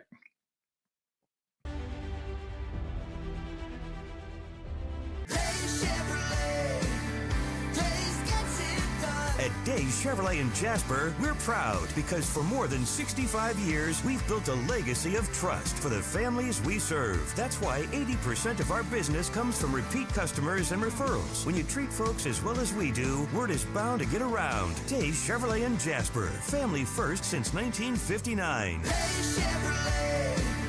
Days gets it done. Together, let's drive. Larry's Body Shop in Ellijay. Family owned and operated since 1978. The latest in cutting-edge digital technology and state-of-the-art equipment allow our iCard Gold Class certified technicians to restore your vehicle. Our second-to-none customer service will work directly with your insurance company. Major accident or minor fender bender. We take the dents out of accidents. Larry's Body Shop, North Georgia's #1 body shop. Visit us at collisiondecision.com. Why give your money to liberal media companies? Put your marketing needs in the hands of a conservative marketing professional and start getting results today. FYN Media Group, one of the top digital marketing agencies in Georgia, specializes in website design and hosting, social media promotion and management, and so much more. Visit FYNmediagroup.com or call 706-889-3564 for a free consultation. Welcome to El Rey Azteca Mexican Restaurant. We invite you to indulge your senses with our from-scratch authentic Mexican food. Whether you are hungry for fajitas or the El Rey Azteca burrito, we offer a wide variety of fine Mexican dishes, drinks, and desserts. Our inviting patio, indoor seating, and bar has a seat for everyone. So come to El Rey Azteca for delicious food, great drinks, good friends, and loads of fun in a casual and friendly atmosphere. Ladies, when you wear elegant jewelry, you become a force to be reckoned with. You shine brighter than the stars in the sky, and your inner beauty radiates like the sun. So embrace the magic, embrace the elegance, and let your jewelry be a reflection of your true, authentic self. My friends over at North Georgia Diamond know what a woman wants. Go see them for the perfect gift. And remember, when it comes to elegance, there's no such thing as too much. Come see us at North Georgia Diamond. We're igniting passion one sparkle at a time.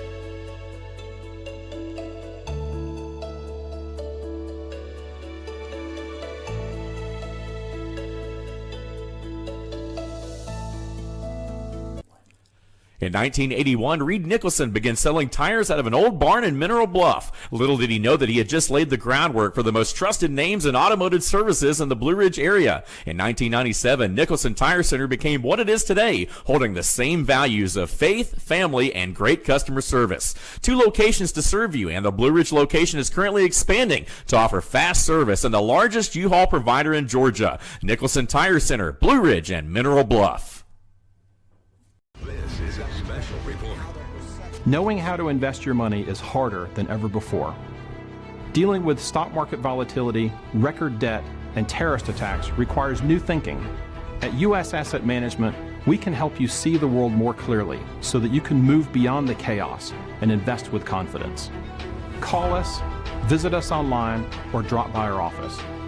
U.S. Asset Management, helping you make better decisions with your money. Mesquite Grill, now offering online ordering for your convenience. Check out our new website at mesquitegrillbr.com. That's mesquitegrillbr.com. The great food and service you have come to expect, ready for you when you arrive. Open 7 days a week with a fully stocked bar and friendly service. Bring your furry friends with you and dine on our pet-friendly patio. Also, check out our catering options and let us prepare delicious food for your next event.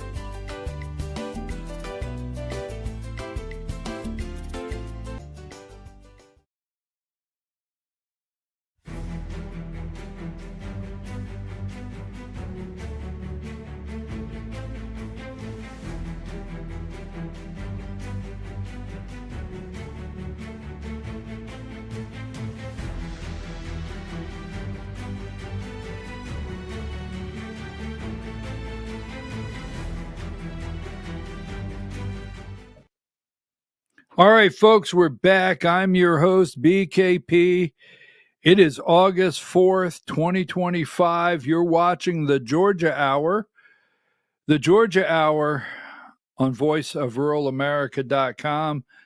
I got to figure this out. I have to figure it out because with the announcements and now the war between Donald Trump and Brian Kemp that has ensued here once again in Georgia, and then Marjorie Taylor Greene saying some things that, okay, wait a minute, I got to step back there. And then number 21, the Ponzi family, the Brady Bunch. That's how we became the Ponzi family. The Ponzi family there, Brant the albino rhino there, and Plaid Dad on the other end, they are at Kennebunkport while they're enjoying someone's money in Maine, pretending like they're rich as the Bush family. That's the family vacation photo. And so between Ponzi, the Brant Frost, the Frost family Coweta County cult, Ponzi, $140 million Ponzi scheme, the largest in the state of Georgia, the governor's race, Marjorie Taylor Greene throwing some things out, not knowing what she's trying to stick, and then the MAGA war, the Great Divide, the battle between Donald Trump and Brian Kemp are fired back up once again. This may be the Georgia 6 hour. Now, relax, Diane. I see the stress. So, we knew this was happening, right? We'll go with this really quickly. Give me number 23. So, Brian Kemp in Georgia, Brian Kemp, the governor, who they claim is the most popular governor in America. Let me just lay some groundwork. He passed up running for Senate. We have our reasons, or we're hearing the reasons why. We're hearing that he's all in on 2028 to run for president of the United States. He is a world traveler. He likes Davos in the spring. He has been to Davos a couple times. He likes South Korea. He likes his Hyundai and his Kias. He is a world stage kind of guy, Davos kind of guy. Most powerful governor in the country based on the powers we give to our governor. And then on top of that, he is the National Republican Governors Association chairman.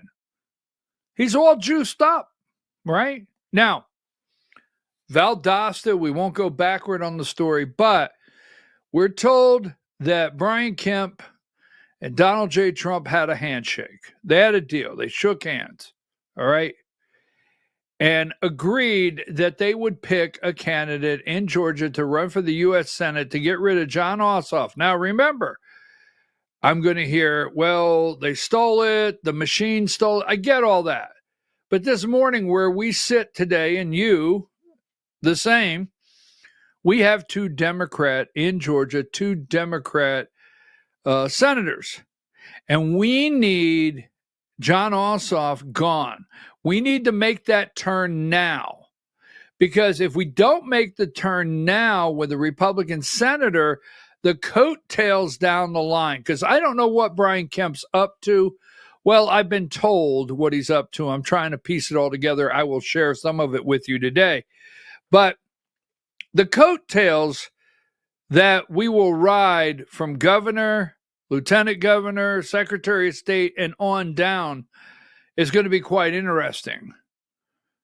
Now, you out there, you know who you are. You should be very angry with Brian Kemp, but like Josh McCoon, the chairman of the Georgia GOP, Brian Kemp, the head of the Republican Party in Georgia, he actually is. He runs Josh McCoon. You're not going to say a word. You're going to keep your cool, right? Now, he broke the deal. Now, Mike Collins has gone to President Trump. He's gone to President Trump's team. President Trump's team has known well in advance. This guy, apparently, Brian Kemp, was friends with Mike Collins, right? Congressman from the 10th District, Athens, Clark County, in the district. They were friends. What would separate them? I'm going to tell you right now. Politics is a business. It's an industry. It's billion-dollar industry across the country. And skimming off the top of campaign donations and the big donors. Now, remember, Brian Kemp took all the big donors to Sea Island, right?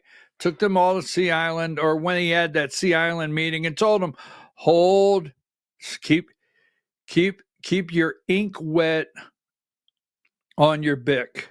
And that would be pen, all right, for all you people out there. Keep the ink wet. Don't let it dry. Write the check later. Got it? But hang on. I'll get us a candidate. And the reason he's not going with Mike Collins, I have a strong gut feeling, is he can't skim off the top. Can't skim off the top. Can't bring in 1% from the donors. Right? That's my opinion. But Derek Dooley, he could skim off the top, maybe 29, maybe enrich the family. So let's just say, for example, we got to move quickly on this. Here is Marty and the girls. Just got to throw Marty and the girls in there, because God knows Brian didn't make this decision by himself, because we have two governors in Georgia, and I would say Marty Kemp. Well, I'll just say that. But there's Brian, Marty, and the girls. So I would say Derek Dooley, lifelong friend. They used to camp out in the backyard, right, with the brothers and everything, right? Hold the flashlight up, tell ghost stories. I don't know. But they're lifelong friends. Vince Dooley. Derek Dooley's the son of the great UGA coach, Vince Dooley. They're trying to take Derek Dooley and Tommy Tuberville him, right? Now, we had a chance with an UGA star, Herschel Walker, but Brian Kemp would not support him. Period. Good candidate, bad candidate, we could argue, we could fight, but they did not get behind Herschel Walker. We had a chance to send Herschel Walker as opposed to Raphael Warnock, but the guy on the screen, Marty and the girls, we're just saying Marty and the girls, we think they went as a team and did not support Herschel Walker. Now, Derek Dooley comes in. Brian Kemp surely will show him how it goes. maybe, question mark, maybe they could skim off the top. Doesn't matter win or lose. Doesn't matter. What if you can walk away with 10 mil? Put it away. Maybe one of the girls needs some money. I don't know. But it's not a win or lose. It's how you skim, is how you play the game. So that being said, this is all going on. We have all-out war now. Number 25. We'll talk about this later. This is Vince Dooley's son, Derek Dooley's brother, Daniel Dooley. So now that he's in, we'll start breaking down the Daniel Dooley tie. If you guys are out there, you could send me those articles. Send me those articles. You know the ones we're talking about, where Daniel Dooley is tied to a company, where Brian Kemp signed some legislation that benefits his company. We've been holding that one, waiting for Dooley to get in the race. So that's Daniel Dooley in the race. Now, so give me, let's go with, we've had Derek Dooley coming in for how long? And here's some of the action this morning. I have it here. Greg Bluestein, number 81, right? Number 81. And we're going to show you who's backing him already. Who has sold out to Brian Kemp in this state? You're going to be shocked. No, you're not. You're not going to be shocked. We've been telling you all along. Former football coach Derek Dooley jumped into the race for U.S. Senate in Georgia on Monday, setting up high-stakes test of whether a political outsider with deep ties to Governor Brian Kemp can become GOP standard bearer. Not for me. Not for me. I want to look at the camera. I'm not endorsing Mike Collins, okay? Mike Collins, as a member of his staff, will not communicate with me, will not speak to me. I'm not attacking. But if I sit here today and I'm told my choices are, if this is what happened when I go to ballot box, my choice is Mike Collins, Derek Dooley, right? Buddy Carter. If this ends up my choices when I get to the ballot box, it's going to be Mike Collins. Mike Collins is not, I don't trust anything about this guy. We're going to get into his voting record. We're going to get into the lack of voting record. We're going to get into, did he vote for Obama? We're going to get into when he lived in states that required you to register to vote. Did he register Republican? Oh, by the way, those out there doing all that research, get it to me ASAP, because you know what I'm talking about. Let's get it here, because we're going to work on that. So this guy's a total no right out of the box. I mean, I can't look at you and say I'm MAGA and say I'm interested. Total, complete no. Absolutely not. Okay? And Buddy Carter, nice guy, but just no, absolutely not. We'll just leave it there. And I have no other options. I know what you're saying. I can feel it. I hear it. We'll talk about that on another day. I do not consider that an option, and I can explain. I'm not being mean or ugly. But, so, here we go. Donald Trump. Then we have, give me number 79. A little too much orange for me, baby. A little too much orange for me. So, and then we have the AJC rolling out the articles this morning. Just in, former college football head coach Derek Dooley has officially filed paperwork for the Senate. Here he is, 103 on the AJC. Then I want to go to 104 so as you get a chance. Now, I don't know if there's a comment. Has President Trump made a comment about this race out there yet? I'd like to know. So if you're out there and you're keeping up, let me know why Derek Dooley is embracing his football past to run for Senate. They're going to try to make him Tommy Tuberville, right? They're going to run commercial after commercial of him, his dad, college football, right? And Tommy Tuberville, that's who they think he can be in Georgia, because that's what happened in Alabama, period. No, not going to happen. All right, because he's not a conservative. Number one, the Dooley family, they're not conservatives. And the other Dooley you're thinking of sold out, and we'll show you that one. So give me 104. And political football. Long before Derek Dooley entered, I got to have it over here because it's not your fault, Diane. I don't have my glasses. Long before Derek Dooley entered the U.S. Senate race for U.S. Senate, his political rivals mocked his football coaching career. They took jabs at his losing record as Tennessee head football coach. Well, but Dooley's campaign launch today makes clear that he plans to lean into his nearly 3-decade-long coaching football career. So we have, and we're going to get to Mike Collins in just a minute. We're going to come back. How did Mike Collins respond to this? Did he let him just come in and have his day? Give me video 11. Here's his announcement. I started going to Georgia's practice as long as I can remember. I think my first games that I really remember were probably the 1975 season. I guess I was about 7 then. You know, one of the great milestones for me as a kid was when I was old enough to where my father would trust me being on the sidelines during the football game.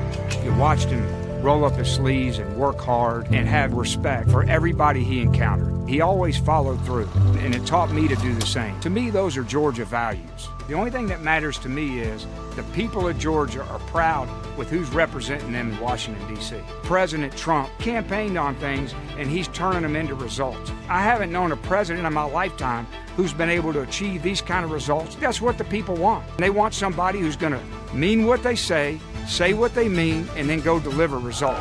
I spent 3 decades in coaching, probably doing the exact opposite what a lot of D.C. politicians were doing. I sat in kitchens and living rooms with people from all walks of life. The only thing that mattered was trying to create hope and opportunity for them and that family. That's leadership, is how you represent people. You're there to serve. We need good old-fashioned Georgia common sense. Georgians know biological men shouldn't be playing in women's sports, that hard-working people should keep more of their money and government should spend less of it, that opening our border makes us less safe. Professional politicians like John Ossoff are the problem. Lawlessness, open season on the border, inflation everywhere, woke stuff, that's what they represent. We need new leadership in Georgia. That's why I'm running for Senate. I'm Derek Dooley. I'm going to work with President Trump, fight for you, and always put Georgia first.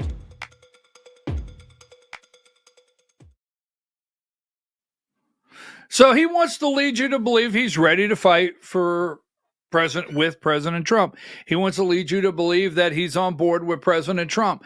They are trying to, this is Cody Hall, Brian Kemp's staff. They are trying to put Trump in an immediate box that, hey, President Trump, this can be our guy. Brian Kemp, Cody Hall, hey, this could be our guy. He could be. I'm telling you, he could be our guy. They're trying to appeal to Trump voters, but they're trying to appeal to President Trump and win him over. And first of all, to work with Trump, maybe it would be good if you started out voting Republican, being a Republican, and not a good old-fashioned Democrat in Georgia, because that's actually who he is an old-fashioned Democrat in Georgia that now thinks he's a Republican. So there you go. He rolls out, right? And who's on board with him? Who is retweeting him? 115, 116, and then 117. Right on board. Right on board, right? Debbie Dooley, former football coach, jumped in. Greg Blue, she retweeted it. Number 116. Again, she retweeted it. The Doonaster, Debbie Doonaster, right? Right on board with Brian Kemp. And then 17, she attacks Mike Collins. She wants you to believe I'm hardcore MAGA. Now, she's over there, I don't know, quote, but telling the Kemp team, I'll bring you MAGA. Yes, this is what they're doing with Brian Kemp, is selling out and saying, I can bring MAGA to you. You can't make this up. They're going to attack me all day long. That's exactly, I am hardcore MAGA. No, she is not. She is a sellout. She is Debbie Doonaster. She is, in my opinion, question mark, attorney standing by for her, as she says. She's, in my opinion, question mark, dark money Debbie, right? That's who she is. This is the sellout of the century in the state of Georgia. I will absolutely not support Mike Collins. I am strongly leaning towards Dooley, right? She has sold out. Who told you for months? Who told you before the convention, the Georgia Republican Party convention? Who has said it all along? Yep, that's me. I told you. I've always told you, right? Debbie Doonaster, the sellout. Just saying. Question mark, Debbie. Don't want your attorneys to get all upset. Now, who else? In the state of Georgia, 2028, laying the groundwork. None other than the Godzilla of bullshit, number 26. We brought this to you. Somebody called me and said, what's this about? And I said to this individual, I said, what's this about? And I said, let's read it together. I did. Somebody called me and said, what is this all about? What do you take? I said, let's read it together. And I said, now, conservative victory in 2026 and beyond. I told the individual, I said, and beyond. That's what Fredericks is telling you is, I know after 2026, Trump is not in the game, and Kemp could be the beyond, and I'm going to sell out now. I'm going to support Kemp. John Fredericks only is missing the word Derek Dooley in here. Only. Because he's already said, I've reconciled, right? I am supporting his initiatives, that would be his candidates, to bring the party together in 2026 for the U.S. Senate seat, America. All right? Our reconciliation is warm and authentic. So he's supporting Kemp. Debbie Dooley supporting Kemp right out of the box. Now, Mike Collins. Mike Collins goes to Fayette County.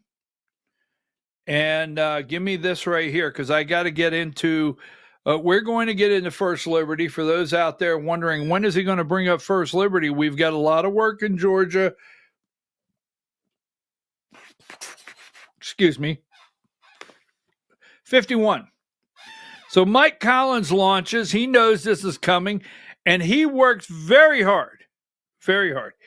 He's calling lawmakers. He's putting pressure. And this guy starts raking up. Some GOP allies are bucking Brian Kemp to back Mike Collins for Senate. Now, the congressman from the 10th District, the Laken Riley Act, he is out there campaigning, hitting the street, talking on Saturday mornings. He's calling lawmakers. Now, Brian Kemp last week held a meeting, invited lawmakers, invited lobbyists, I'm going to say plural and leave it at that, and introduced Dooley. After Derek Dooley was there, a lot of people said they were not really impressed with him, but I understand Brian Kemp last week laid down, my opinion, the law. Got to be careful. They'll say, I'm not quoting. He laid down the law to lawmakers, you stick with me. Then I understand the lawmakers that went with Mike Collins and endorsed him. I understand they got a phone call from the governor, many of them, maybe not all, saying, you know what? I'll be governor for another 2 years. So, a lot of pressure, but I will say you can go through and look at all of the endorsements. I want to bring up and highlight this one, 118, because I want to thank my congressman for endorsing Mike Collins and not getting on board with Brian Kemp. Proud to have the support of Representative Johnny Chastain. The race to defeat John Ossoff runs through beautiful North Georgia. That's where I'm at. And I'm thankful you are in the fight with me. State Representative Johnny Chastain endorses Mike Collins. I will explain on a later date why I think Johnny Chastain went ahead and endorsed Mike Collins. I do believe this has a win-win strategy for Johnny Chastain. I'll explain later. But these endorsements came, several of them. Now, Collins was down in Fayette County, 3rd District, 121. Fayette County, 3rd District, 121 this weekend. And Mike Collins. And there he is. He's got his signs. He's down at the Fayette County. That's in the 3rd District Republican Party this past Saturday morning. Number 122 took a picture with a lot of the Patriots. Here he is with Congressman Brian Jack. All right, there's Congressman Brian Jack and Mike Collins. They took some pictures there. Fayette County Republican Party Saturday morning. Someone else was there. We'll explain later. But so Dooley is in, and here is Mike Collins' Mike Collins' response. Give me video 12.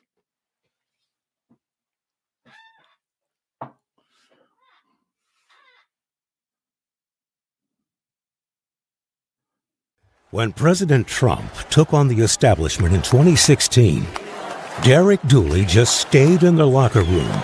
He didn't even vote. When President Trump needed his team back on the field in 2020, Derek Dooley stayed in the locker room again, refusing to vote for Trump. When shots rang out in Butler and Trump rose to his feet in defiant triumph, rallying all patriotic Americans, Derek Dooley was nowhere to be found. Not a word, not a penny of support, didn't lift a finger to help Donald Trump and the America First agenda win the fight. Derek Dooley has spent his life on the sidelines, avoiding the fight to save America. Derek Dooley never fights, never wins, never Trump.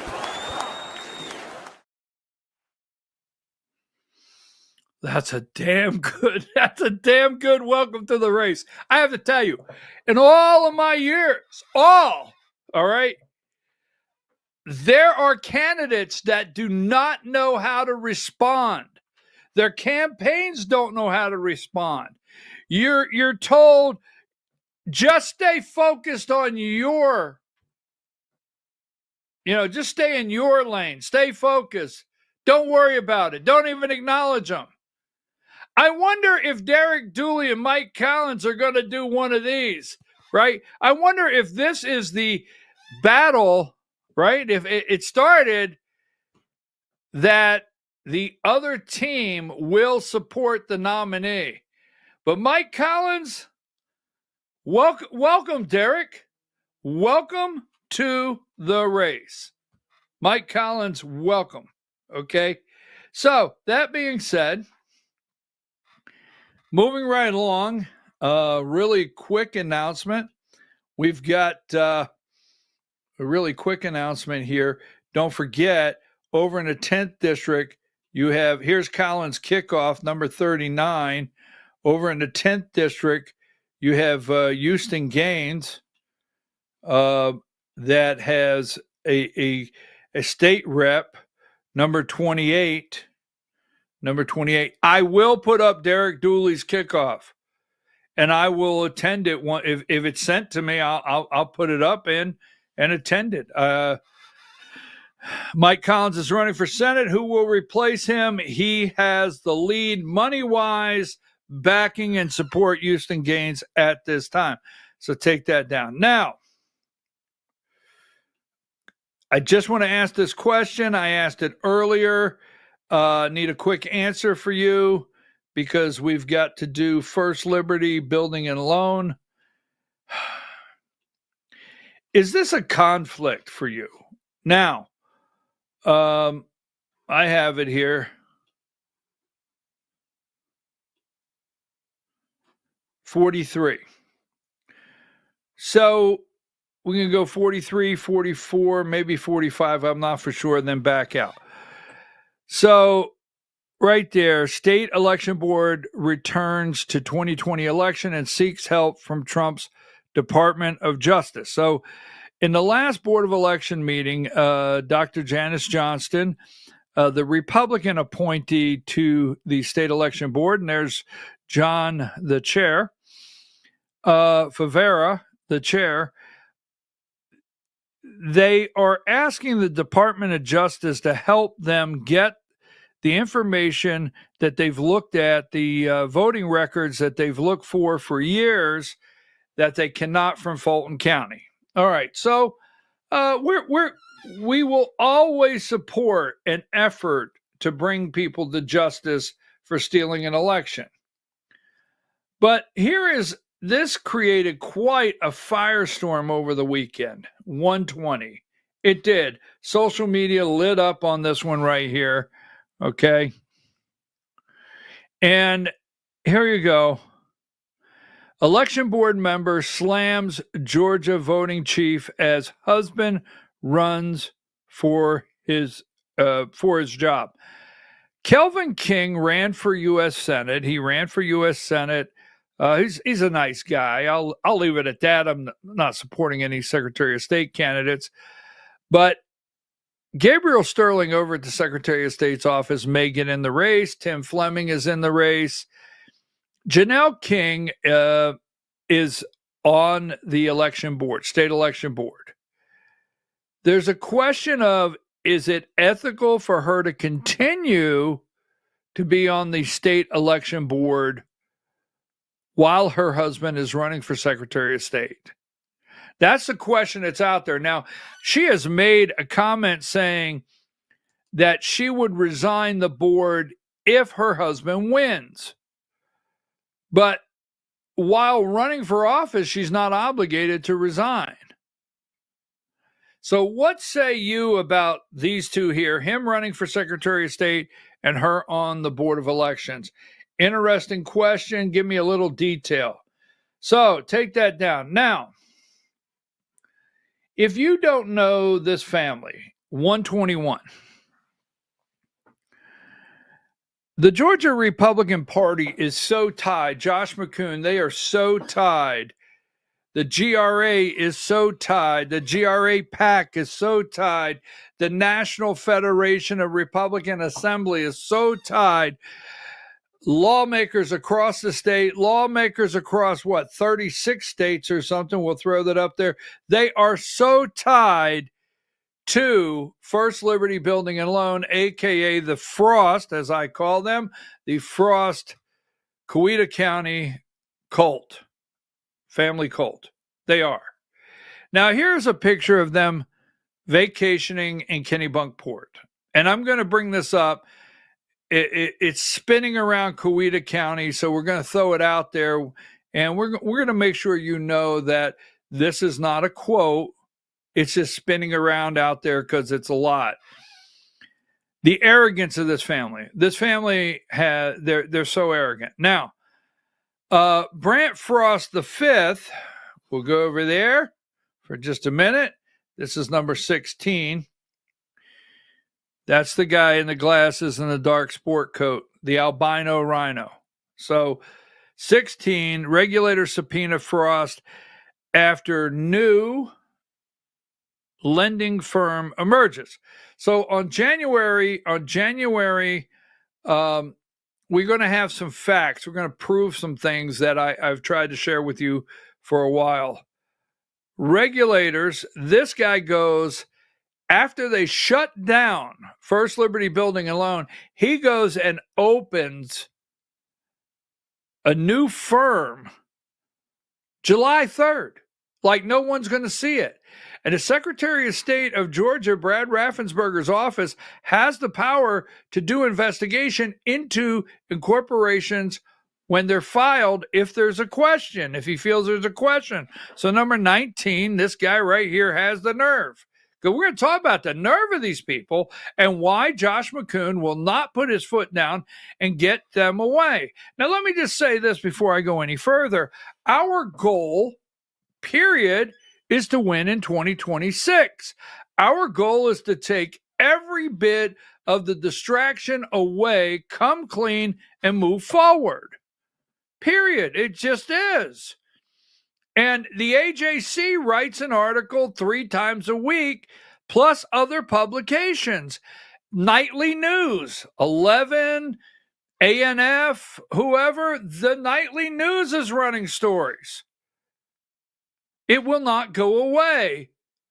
And Josh McCoon will not stand up, the chairman of the Georgia Republican Party. Now, we're going to have some action items today to start the week. But as you can see here, number 19, this guy starts. He has the nerve to go start Heartland Capital. That's what that says, Heartland Capital. And he does it on July 3rd, and it's a finance and insurance. You can't make it up, Brant Frost V. Now, Brant Frost V, he is not currently named right now in the First Liberty Building and Loan collapse Ponzi scheme, $140 million.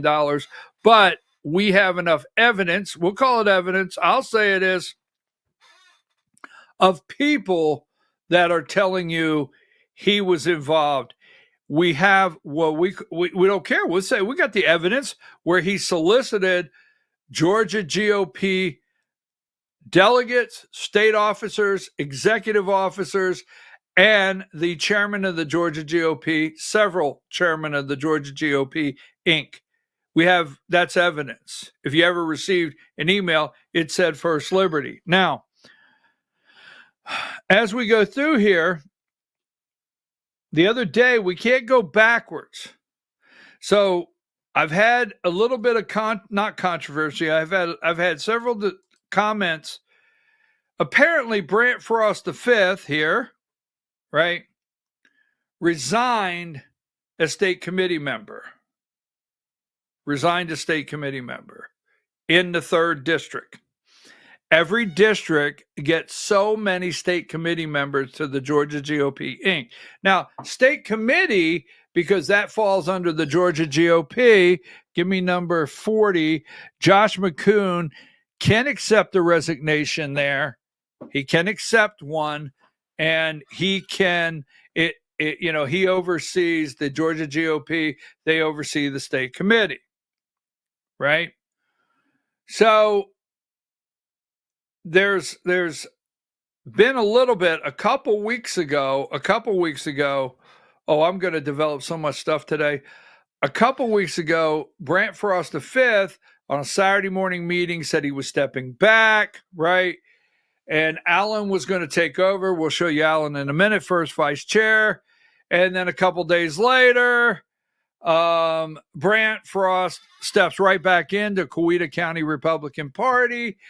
And when he steps back in, there's a lot of argument that the rules say, since he said he would be absent from the role, he is no longer the chair. Well, I'm going to clear that up, because a couple days later, he just said, hey, I'm back, I'm chair.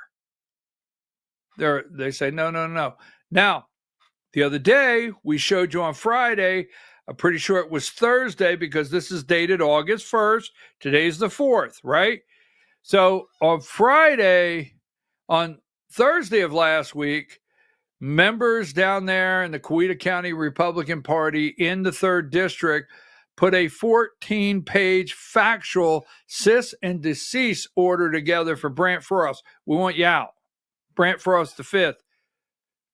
So Brant Frost V does this, and let me pay attention, okay? Today, this is Josh McCoon. These people are bad. Today, I have accepted the resignation of Brant Frost V from the state committee. All right? Effective immediately. Now, let's stay with the state party. So, you could send me a correction if you think there's one out there. But my understanding is that all state committee members are elected during their convention. So when you have your district convention, you elect your state committee members. Now, my understanding is between conventions, within the term of the state committee member, if they cannot complete their duties and they resign, that seat is open.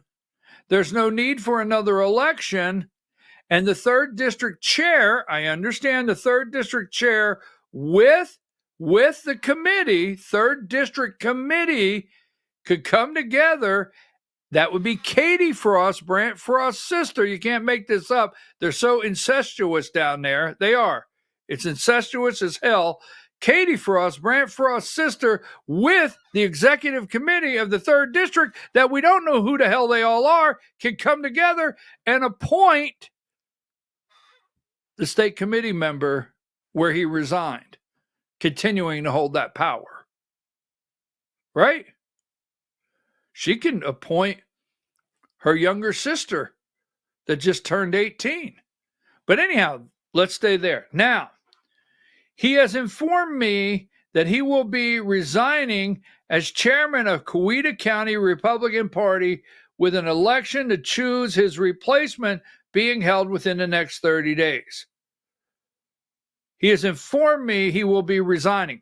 So what I try to tell people this weekend, you need to understand, Josh McCoon, the chairman of the Republican Party, acknowledges Brant Frost as chairman in this letter.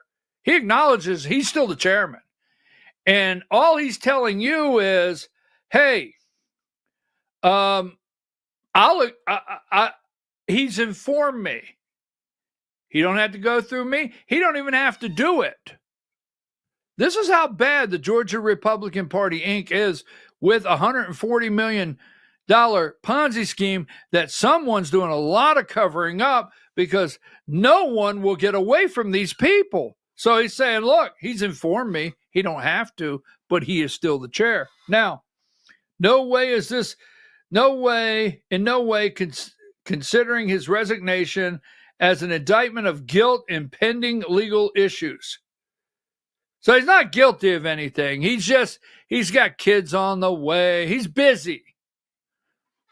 But let me tell you something. He's still this morning. Now, the reason I bring this up is because people read the media and they get this right here. Okay. They get right here. Where's it at? Right here, 106. Frost fallout. Okay, this is this morning. The son of First Liberty Building and Loan founder is coming under more scrutiny. Brant Frost V wasn't named in the federal lawsuit that accused his father of orchestrating a $40 million Ponzi scheme. I want to know where the $19 million that they took. I want to know the Frost family took $19 million. Where is the $19 million? Really? Anyhow, but he was accused last week in the Georgia Ethics Commission complaint. 61 complaints, GRA pack, which you can't tell me the GRA was not aware of what was happening. But why would the GRA allow Brant Frost V to open the GRA pack under their name and move forward? Accused last week, commission complaint of using political action committee he ran to illegally influence elections. And the Secretary of State's office issued a subpoena seeking more details about the financial firm he sought to create when the family business collapsed. Now, 107. Frost, 5, resigned last week from the Georgia GOP Executive Committee. All right. Well, actually, that's the state committee, not executive committee. Correction there, AJC. And stepped down from his longtime role of the head of Coweta County GOP. No, he did not. This morning, he is chair of the Coweta County Republican Party. This morning, he has already put out to the Coweta County Republican Party and canceled the upcoming meeting. There has been no meeting called. There's been no resignation tendered. There's been no call for a new election for a new chairman of Coweta County Republican Party. Nothing. Now, sources tell me that Brant Frost V is telling people he's canceling the next meeting because it's time for family vacation. Okay? And I'm just hoping, family vacation is, I think you guys need to take a staycation. I really do. I think you need to mix up a couple Arnold Palmers, sit on the back porch in the lounge chairs that you purchased through the Ponzi scheme. Get the fire pit going that you purchased through the Ponzi scheme and stay the hell home. I sure as hell hope you guys don't end up in Kennebunkport. I really don't. We have people watching. We got our binoculars on. You got it? Our knockers are wide open looking for you. Anyhow, relax. So he has not resigned, all right? Not resigned. So don't get that. If you go to Coweta County Republican Party this morning, number 161, I did this at 7 a.m. to make sure it was accurate. This is what it looks like right now, right? Executive officers this morning, chairman is still Brant Frost. Alan, I don't know you. But Alan, you have to step up and do the right thing for the good of the party. Right, Jim Tully? Remember Jim Tully? For the good of the party. You know how many phone calls I received for the good of the party, right? Alan, you may be the nicest guy in the world. I don't know you. But Krista Frost, Brant's mommy, is still second vice chair. All right. Sean Miller, Melanie Tomlinson, and Ben Parsons. You guys got to step up and close house here. You got to. They have to go for the good of 2026, for the good of getting rid of John Ossoff. So, that being said, now, 3rd District. Guess what? Let me just throw this in here before we go to the next little segment I want to do, because we're going to do them all week long. These people have to go. Let me show you something. We're going to go across the states. Where's it at? Give me number. Well, I'll be. I know I have it here, Diane. Where's there she is, number 123. Now this is Katie Frost. Look, the Georgia Republican Party, Inc., you've got there's something bad wrong. The AJC writes every single day. They all write every single day. Now, here is Katie Frost. Fayette County Republican Party, which is in the 3rd District, she shows up. Now, I understand she is the district chair of the 3rd District. She is the state committee member. All right. She's the 3rd District chair.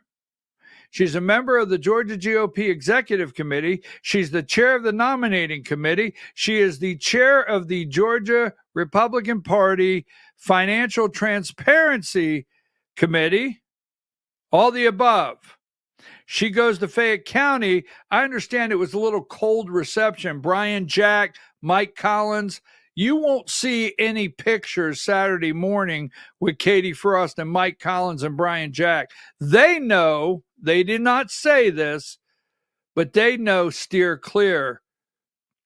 She has to go. Period. Mama has to go. Krista Frost. Brant has to go. We have to get the truth from Josh McCoon.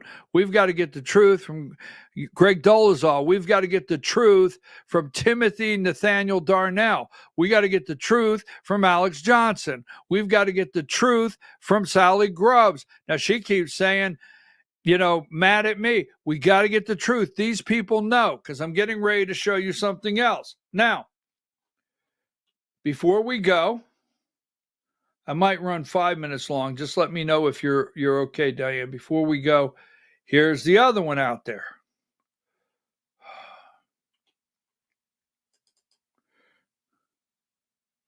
Now, I have not put a lot of time into this one. All right. Now, that's the frost fallout. Already had frost fallout today. All right, there's frost fallout. Is this at 38 states? Yeah, let's go with number 92.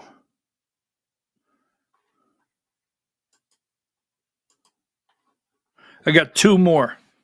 First Liberty families' contributions flowed to at least 38 states. That's FBI kind of stuff, okay? Now,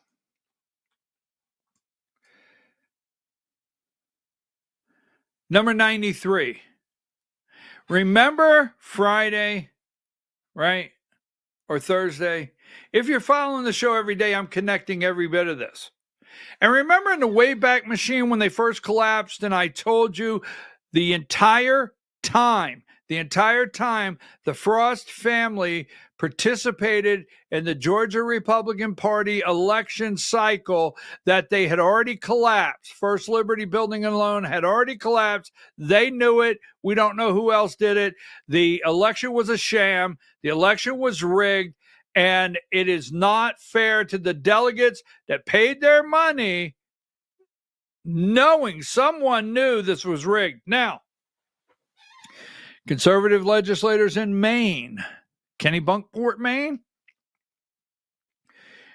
Christian political group in Alabama, and anti-abortionist in Idaho. No time to do pronouncing.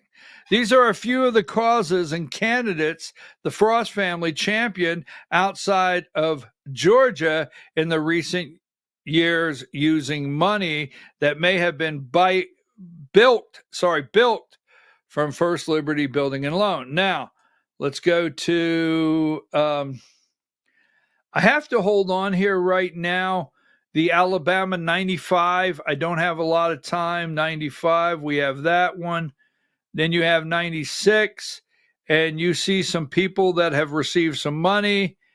They're starting to get lawmakers that don't have any money to give back. Let's see.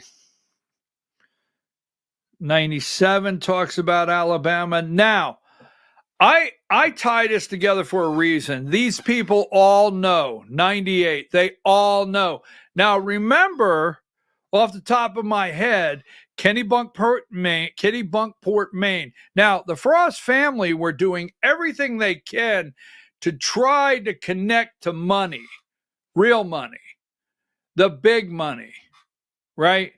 Political, Christian, conservative, religious, pro-life, America First, MAGA, Republican. They were trying to do anything they could to connect to money. That's why every time you see the family vacation, they were in Kennebunkport, Maine. That's why I think it's $12,000 they gave to the Maine Republican Party. That's why they supported failed candidates, but candidates in the state of Maine. They did. They spent money in Maine, right? And they made sure that they had a tie to Maine at the National Federation of Republican Assembly, which, as you well know, they all are tied and they know it. And it's going to unravel on all of them. Now, a conservative push in Maine. The Frost family had deep roots in Maine. Brant Frost IV's parents grew up there, and the family vacation there. The SEC lawsuit says Frost spent more than $230,000 of investors' money on vacations in Kennebunkport. So, Brant Frost V, the first Liberty founder's son, contributed $480. A meeting with Brant Frost IV helped secure an additional $50,000 to support conservative legislative candidates. So, I'm gonna get out of there just for a minute. I just don't have time to stay in there. I've got another one we want to do. I want to touch on another one. So remember, I showed you this the other day. While we're talking about people, give me number. Oh, where's it at? I have it here. Relax. Where is this right here? I've got it. I got to report it. I got it. I got to report it. Give me number 42. Maine, Kennebunkport, vacation. Maybe they'll go up there, look, right? All of this is tied. Running for Maine House. Now, who is she? Give me number 41. Now, a Frost does not sit on this committee here, but this is the National Federation of Republican Assembly Executive Committee. Alex Johnson, what does he know? When did he know it? How much does he know? Timothy Nathaniel Darnell, membership secretary, and then you go all the way over here, the National Federation of Republican Assembly. Mary Lou Daxland is vice president from Maine. So they made sure that they had a representative, Maine, in the NFRA. Oh, you can't make this up. There's ties every single place. It will unravel. Now, that being said, while we're at it, Timothy Nathaniel Darnell is very, very upset. He wrote a statement. I didn't put it out. And he calls the Peach Pundit a hatchet job on him. Now, he's the president of the GRA, the chapter in Georgia of the NFRA. So he says that the Peach Pundit wrote a hit job on him. Okay? And if someone wrote a hit job on him, I want to go look it over and see if there was an actual hit job. So give me number 33.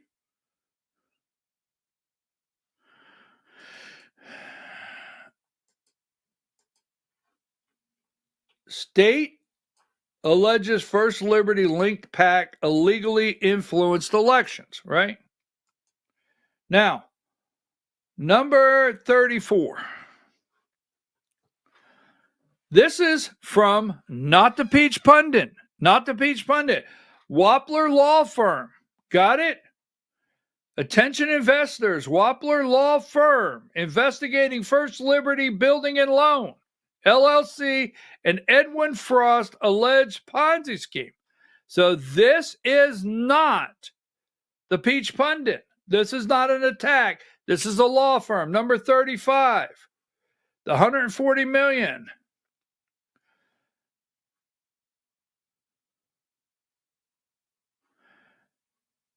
Upon information and belief, Edwin Frost and First Liberty utilized a network of registered and unregistered sales agents to sell promissory notes and loan participation agreements to retail security investors. Now, this has all kinds of laws behind it.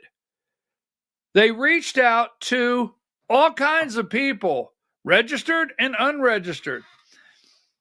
The registered sales agents worked for FINRA member brokerage firm, which may be held financially responsible for the misconduct. The Wappler Law Firm has heard from clients of Bankers Life Security who were recommended to invest. Advisor Timothy Nathaniel Darnell. Nathaniel Darnell. These people are contacting and they say, number 36, this guy right here. NFRA, GRA Pact 61 violations. He's saying that the Peach Pundit ran a hit job. Wasn't the Peach Pundit, because God knows I don't care for Scott Turner. I don't care for Buzz Brocklin. They don't like me. That's okay. We move on throughout the day. But I read the article. This is coming from a law firm. Then, also, we know, number 32, Brant Frost solicited, and we've asked who got these. If you could send me 2 guys, this is Brant Frost the 5th. If you can send me 2 guys to buy in, I'll send you $1,000. If you can send me more, 3 or more, I will send you 1% referral fee. So we know this is happening. We know they're soliciting, and we know they're asking anybody. But we can't get a statement from Josh McCoon. He will not write one as the Georgia Republican Party chairman, and will not ask the Frost. The only thing he'll do is run defense for him, while this statement in no way is an indication of guilt. Sure didn't treat me that way. Now, the last one I want to run, and then I'm going to ask a couple quick questions. I'm going to give you an action item because we got to get out. It's 11 o'clock. I told you all along, all right? I said all along, what's frustrating to me is I have never come on here and battled. Give me number 88.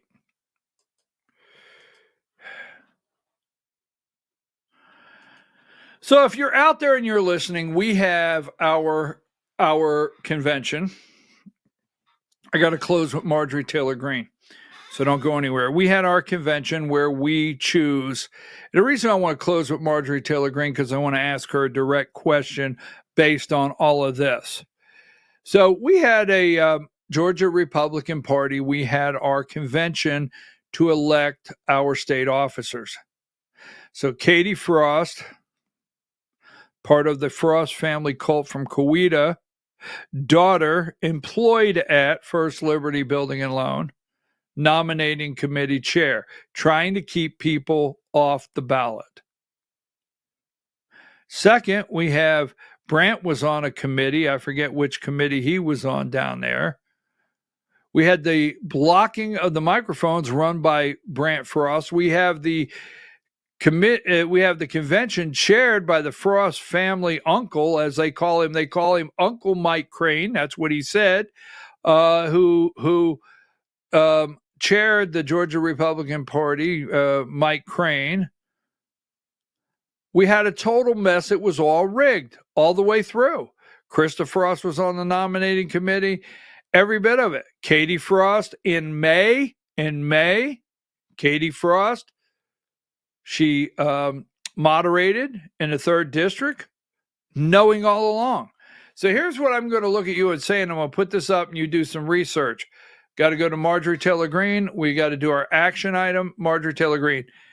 If you're a delegate out there in the state of Georgia and you went to your local Republican Party convention at the county, okay, because this is how it works, and you went to your county that morning because there was you got a call and it's time for your county Republican Party convention. That's the way it works. And you went there and you signed your name up to be a delegate to your district and to be a delegate to the state.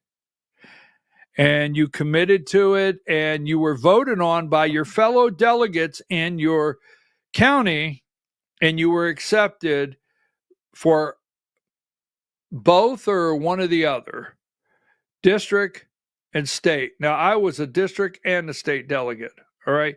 But if you did that, there's cost involved. You understand up front, you got to pay for your motel room, you got to pay for your gas, you got to pay your $150. But you could be the delegate from that county to go vote for the state officers.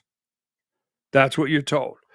So you go to your district convention and then you finish that one and you go to the state convention anticipating, because there was a Saturday morning 2 months ago or 3 months ago, a Saturday morning that you got up or whenever, and you went to your county convention and were voted in to be a delegate. So you go there and you're anticipating, once you get your lanyard, that you're going to vote for, and everything's on the up and up.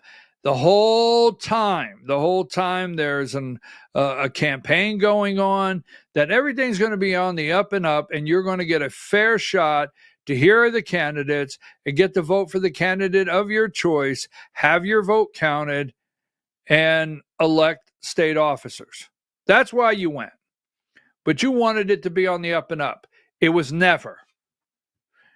You see, what you didn't know behind the scenes, it was never on the up and up. From the minute the Georgia Republican Party put out the ink, put out the call for the convention, it was never on the up and up. Now, I want to say this. You're not going to hear me argue and fight. David won. Josh lost. Sally lost. Lisa. I've not done that one day here. Because what I've told David Cross and many, before they ever handed a clicker out, before they ever pretended that the results on the screen actually mirrored the election in the hall that day, before any of that happened, it was never on day one on the up and up, and it was rigged. And for those out there that understand how far in advance the 2020 election was rigged on Donald J. Trump, you know it wasn't just election day, right? So it wasn't just election day, June 7th in Dalton. It was from the day they put out the call. It was always set up to rig it, period. That's the bottom line. Now, this being said, I want to get out of this because I got two more. I got an action item for the day, and we've got all week to work on. The Atlanta Journal-Constitution, First Liberty, alleged Ponzi scheme took root in Georgia's regulatory gaps. Now, this story goes on to tell the rules of the state and how, the state missed this. Long story, I only cropped a couple small pieces because I want to explain something. The Noonan-based company advertised its small business loans during Atlanta Braves games by pitching in money to lend out for a patriot economy. Brant Frost IV became prominent fixture in Georgia Republican politics, far-right causes. So, 89, this is the same article, 89, by May. Now, this does not give the actual day in May. By May, see, our election wasn't until June 7th. By May, the walls were beginning to close in on First Liberty. Now, if you go in the archives of this show, I yelled one day because I was very upset. Folks, before anything happened, they had already collapsed. Every single thing the Frost family did, prepared to do, was part of in any way whatsoever. The business had already collapsed. The Ponzi scheme was already unraveled. Dad already knew about it. Did the kids know? Or were the kids sent out? Because here's what I believe. Were the kids sent out, hey, huddle up. We got a problem, okay? DEFCON 5 or DEFCON 1. Get your asses, steal the convention. These are my opinions. Steal the convention, do whatever you got to do. Maybe, maybe, kick Dooley a couple bucks. Maybe, just saying maybe there, Naster. Don't get all bent out of shape. Kick somebody, whatever you need. Do whatever you got to do. But if we do not pull this election off, we will not have access to the people. And I'll tell you right now, if David Cross goes in and they start turning over the tables and looking through the books, we could have a serious problem. This is what I think, right? If he goes in and he takes people in there, we could have a serious problem. And then if Josh is not in there, and Alex Kaufman's not in there, and David Schaefer's not in there, and Sally Grubbs, why someone could turn all these files we have would be useless. I'll explain that in a minute. Right. Every bit of this they knew. But the biggest question is, who else knew? While this charade, while this rigging, while this theft was taking place? Who drove the car to the bank to rob it and waited out front? So by May, the walls were beginning to close in on First Liberty. See, they already knew. Number 90. That month, May, we did not have an election. Now listen to this. May, that month, the SEC staff interviewed Frost, and the agency alleges he continued to misrepresent the business he was running. Records show Frost kept trying to bring in investors even after authorities contacted him. In one email obtained by the SEC, Frost told prospective investors in June, May, Frost knows about it.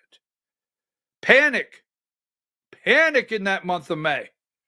Josh McCoon panicked. Sally Grubb, I don't know if they knew this, but they were panicking in May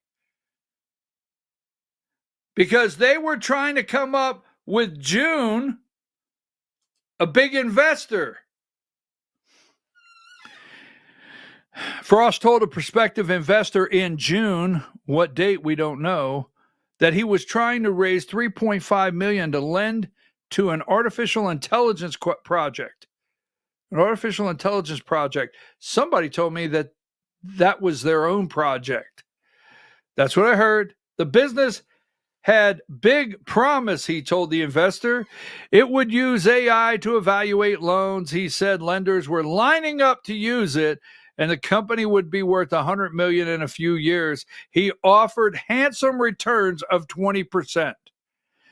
Desperate. This is in May.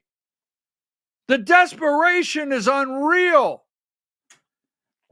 He said it would help First Liberty write enough, even more loans, but he said the investor would have to act fast. Frost needed to have the money in just over a week. This is early June. 11 days later, First Liberty closed the door. So you take this. This guy's begging for $3.5 million. He's trying to work out a deal the 1st of June. And after his final attempt to try to get $3.5 million, First Liberty closed. What day was that? First Liberty closed June 23rd. Was it June 23rd? Was that the date? First Liberty closed. I thought I wrote it down here, but that's okay. June 23rd. Back up June 23rd, right? 11 days. And then back up that window from 11 days to the beginning of June. And they were panicking, already knowing that they were done in May, while we're having a convention, while Mike Crane, Uncle Mike Crane, is chairing our convention, right? Remember that? While Uncle Mike Crane chaired our convention, number 10, right there. Uncle Mike was chairing the convention while Candace Taylor was sitting there waiting for her $3,500, while Mama Frost was getting it out of the cookie jar on June 10th while they were broke. All right, there you go, Katie Frost. There's Mike, Uncle Mike Crane, chairing the convention the whole entire time. When did, number 9, when did Josh McCoon know, and what did he know, right? Number 4, I have a question. Greg Dolezal, we've not heard one word from you. Not one word. And I'd like to know, I'm asking you very nicely, did you lead a team of investors? Because someone said you were like an angel investor, that they had investors that they labeled religiously. That's what I heard. Correct me. I'm here for it. But I hear that top level was called angel investor, and you were considered one of their angel investors. Do you have more information? Because what I'm hearing now is there are several groups that put money together. So everybody threw in $25,000. They created a group, and one person took it to make the investment. I want to hear from Greg Dolezal where this is concerned. Now, Marjorie Taylor Greene is trying to attempt, in my opinion, to alter or get involved in the 101. Now, at the convention, Marjorie Taylor Greene made a statement in her speech talking about getting rid of, this is Marjorie Taylor Greene, getting rid of state income tax. So then she says, well, I'm not running for governor. Why does she continue to, what is she doing? I want you to tell me, what do you think she's doing? Because she goes to the convention, the Georgia Republican Party convention, right? She gives a speech to the delegates, sounds like she's running for governor. A month goes by, she does polling, so forth. She puts out a big statement, long statement last week, says, I'm not running for governor, but if I did run, if I was to run, I would win, but I'm not running. 2026 is not my year. Then she comes back, right? And well, she's made her comment about genocide. Then she goes back. This was 21 hours ago from this morning. So this is yesterday. Not only do we pay 5.2% state income tax in Georgia, we also pay high property tax. So she goes with the state income tax in Georgia. 2 weeks later, Burt Jones puts out that he's going to eliminate state income tax. Is she really out of the governor's race? Is she laying groundwork for Burt Jones? Is she doing the testing of how much noise does she put it out and then call Burt? I don't know, and say this is a big issue. I don't know. We also pay high property tax. Georgia has got to eliminate state income taxes and property taxes. This should be one of the most important issues in the governor's race. Sounds like she's running for governor. Says I'm not running for governor. Puts out issues for the governor's race. Now, I'm going to ask her a question. This is a quote from her this weekend. Leave that up. I don't know if the Republican Party is leaving me, Marjorie Taylor Greene writes, or if I'm kind of not relating to the Republican Party as much anymore. I don't know which one it is. Are they leaving me, or her fidelity to President Trump is still strong, she insists, but she sees flashing red lights warning that the GOP is out of step with the MAGA base. I think the Republican Party, MTG says, I think the Republican Party has turned its back on America first and the workers and just regular Americans, she said.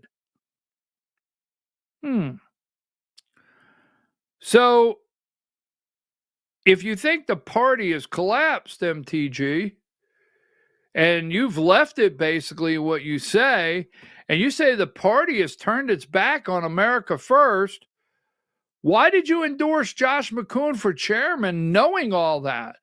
Why did you endorse Josh McCoon for chairman of the Georgia Republican Party, knowing he works for Brian Kemp? Knowing everything you just said about the Republican Party, but yet you endorse Josh McCoon for chairman, who is not America first. Interesting. Okay, now, many of you, and I just want to say this, and look for direction. When I say that, look for direction. It's coming. I promise it's coming.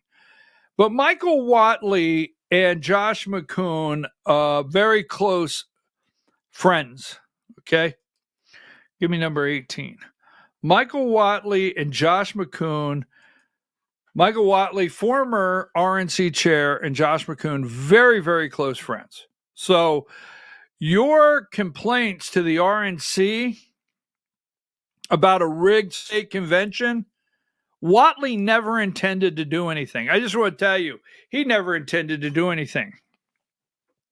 He comes to Georgia. He tells Josh, I'm running for state senate. Don't worry about it. It'll get buried. This is my opinion. U.S. Senate for North Carolina. This is my opinion when he visits Josh. They're too close. So Whatley does not intend to do anything, never intended to do anything, and he's running for North Carolina senator.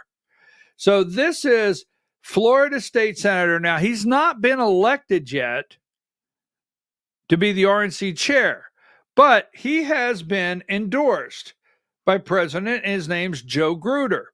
All right? Joe Gruder. Now, this right here is a Truth Social post. This is Joe Gruder from Florida. Give me 78. Trump says Joe Gruder here from Florida. He's a state senator.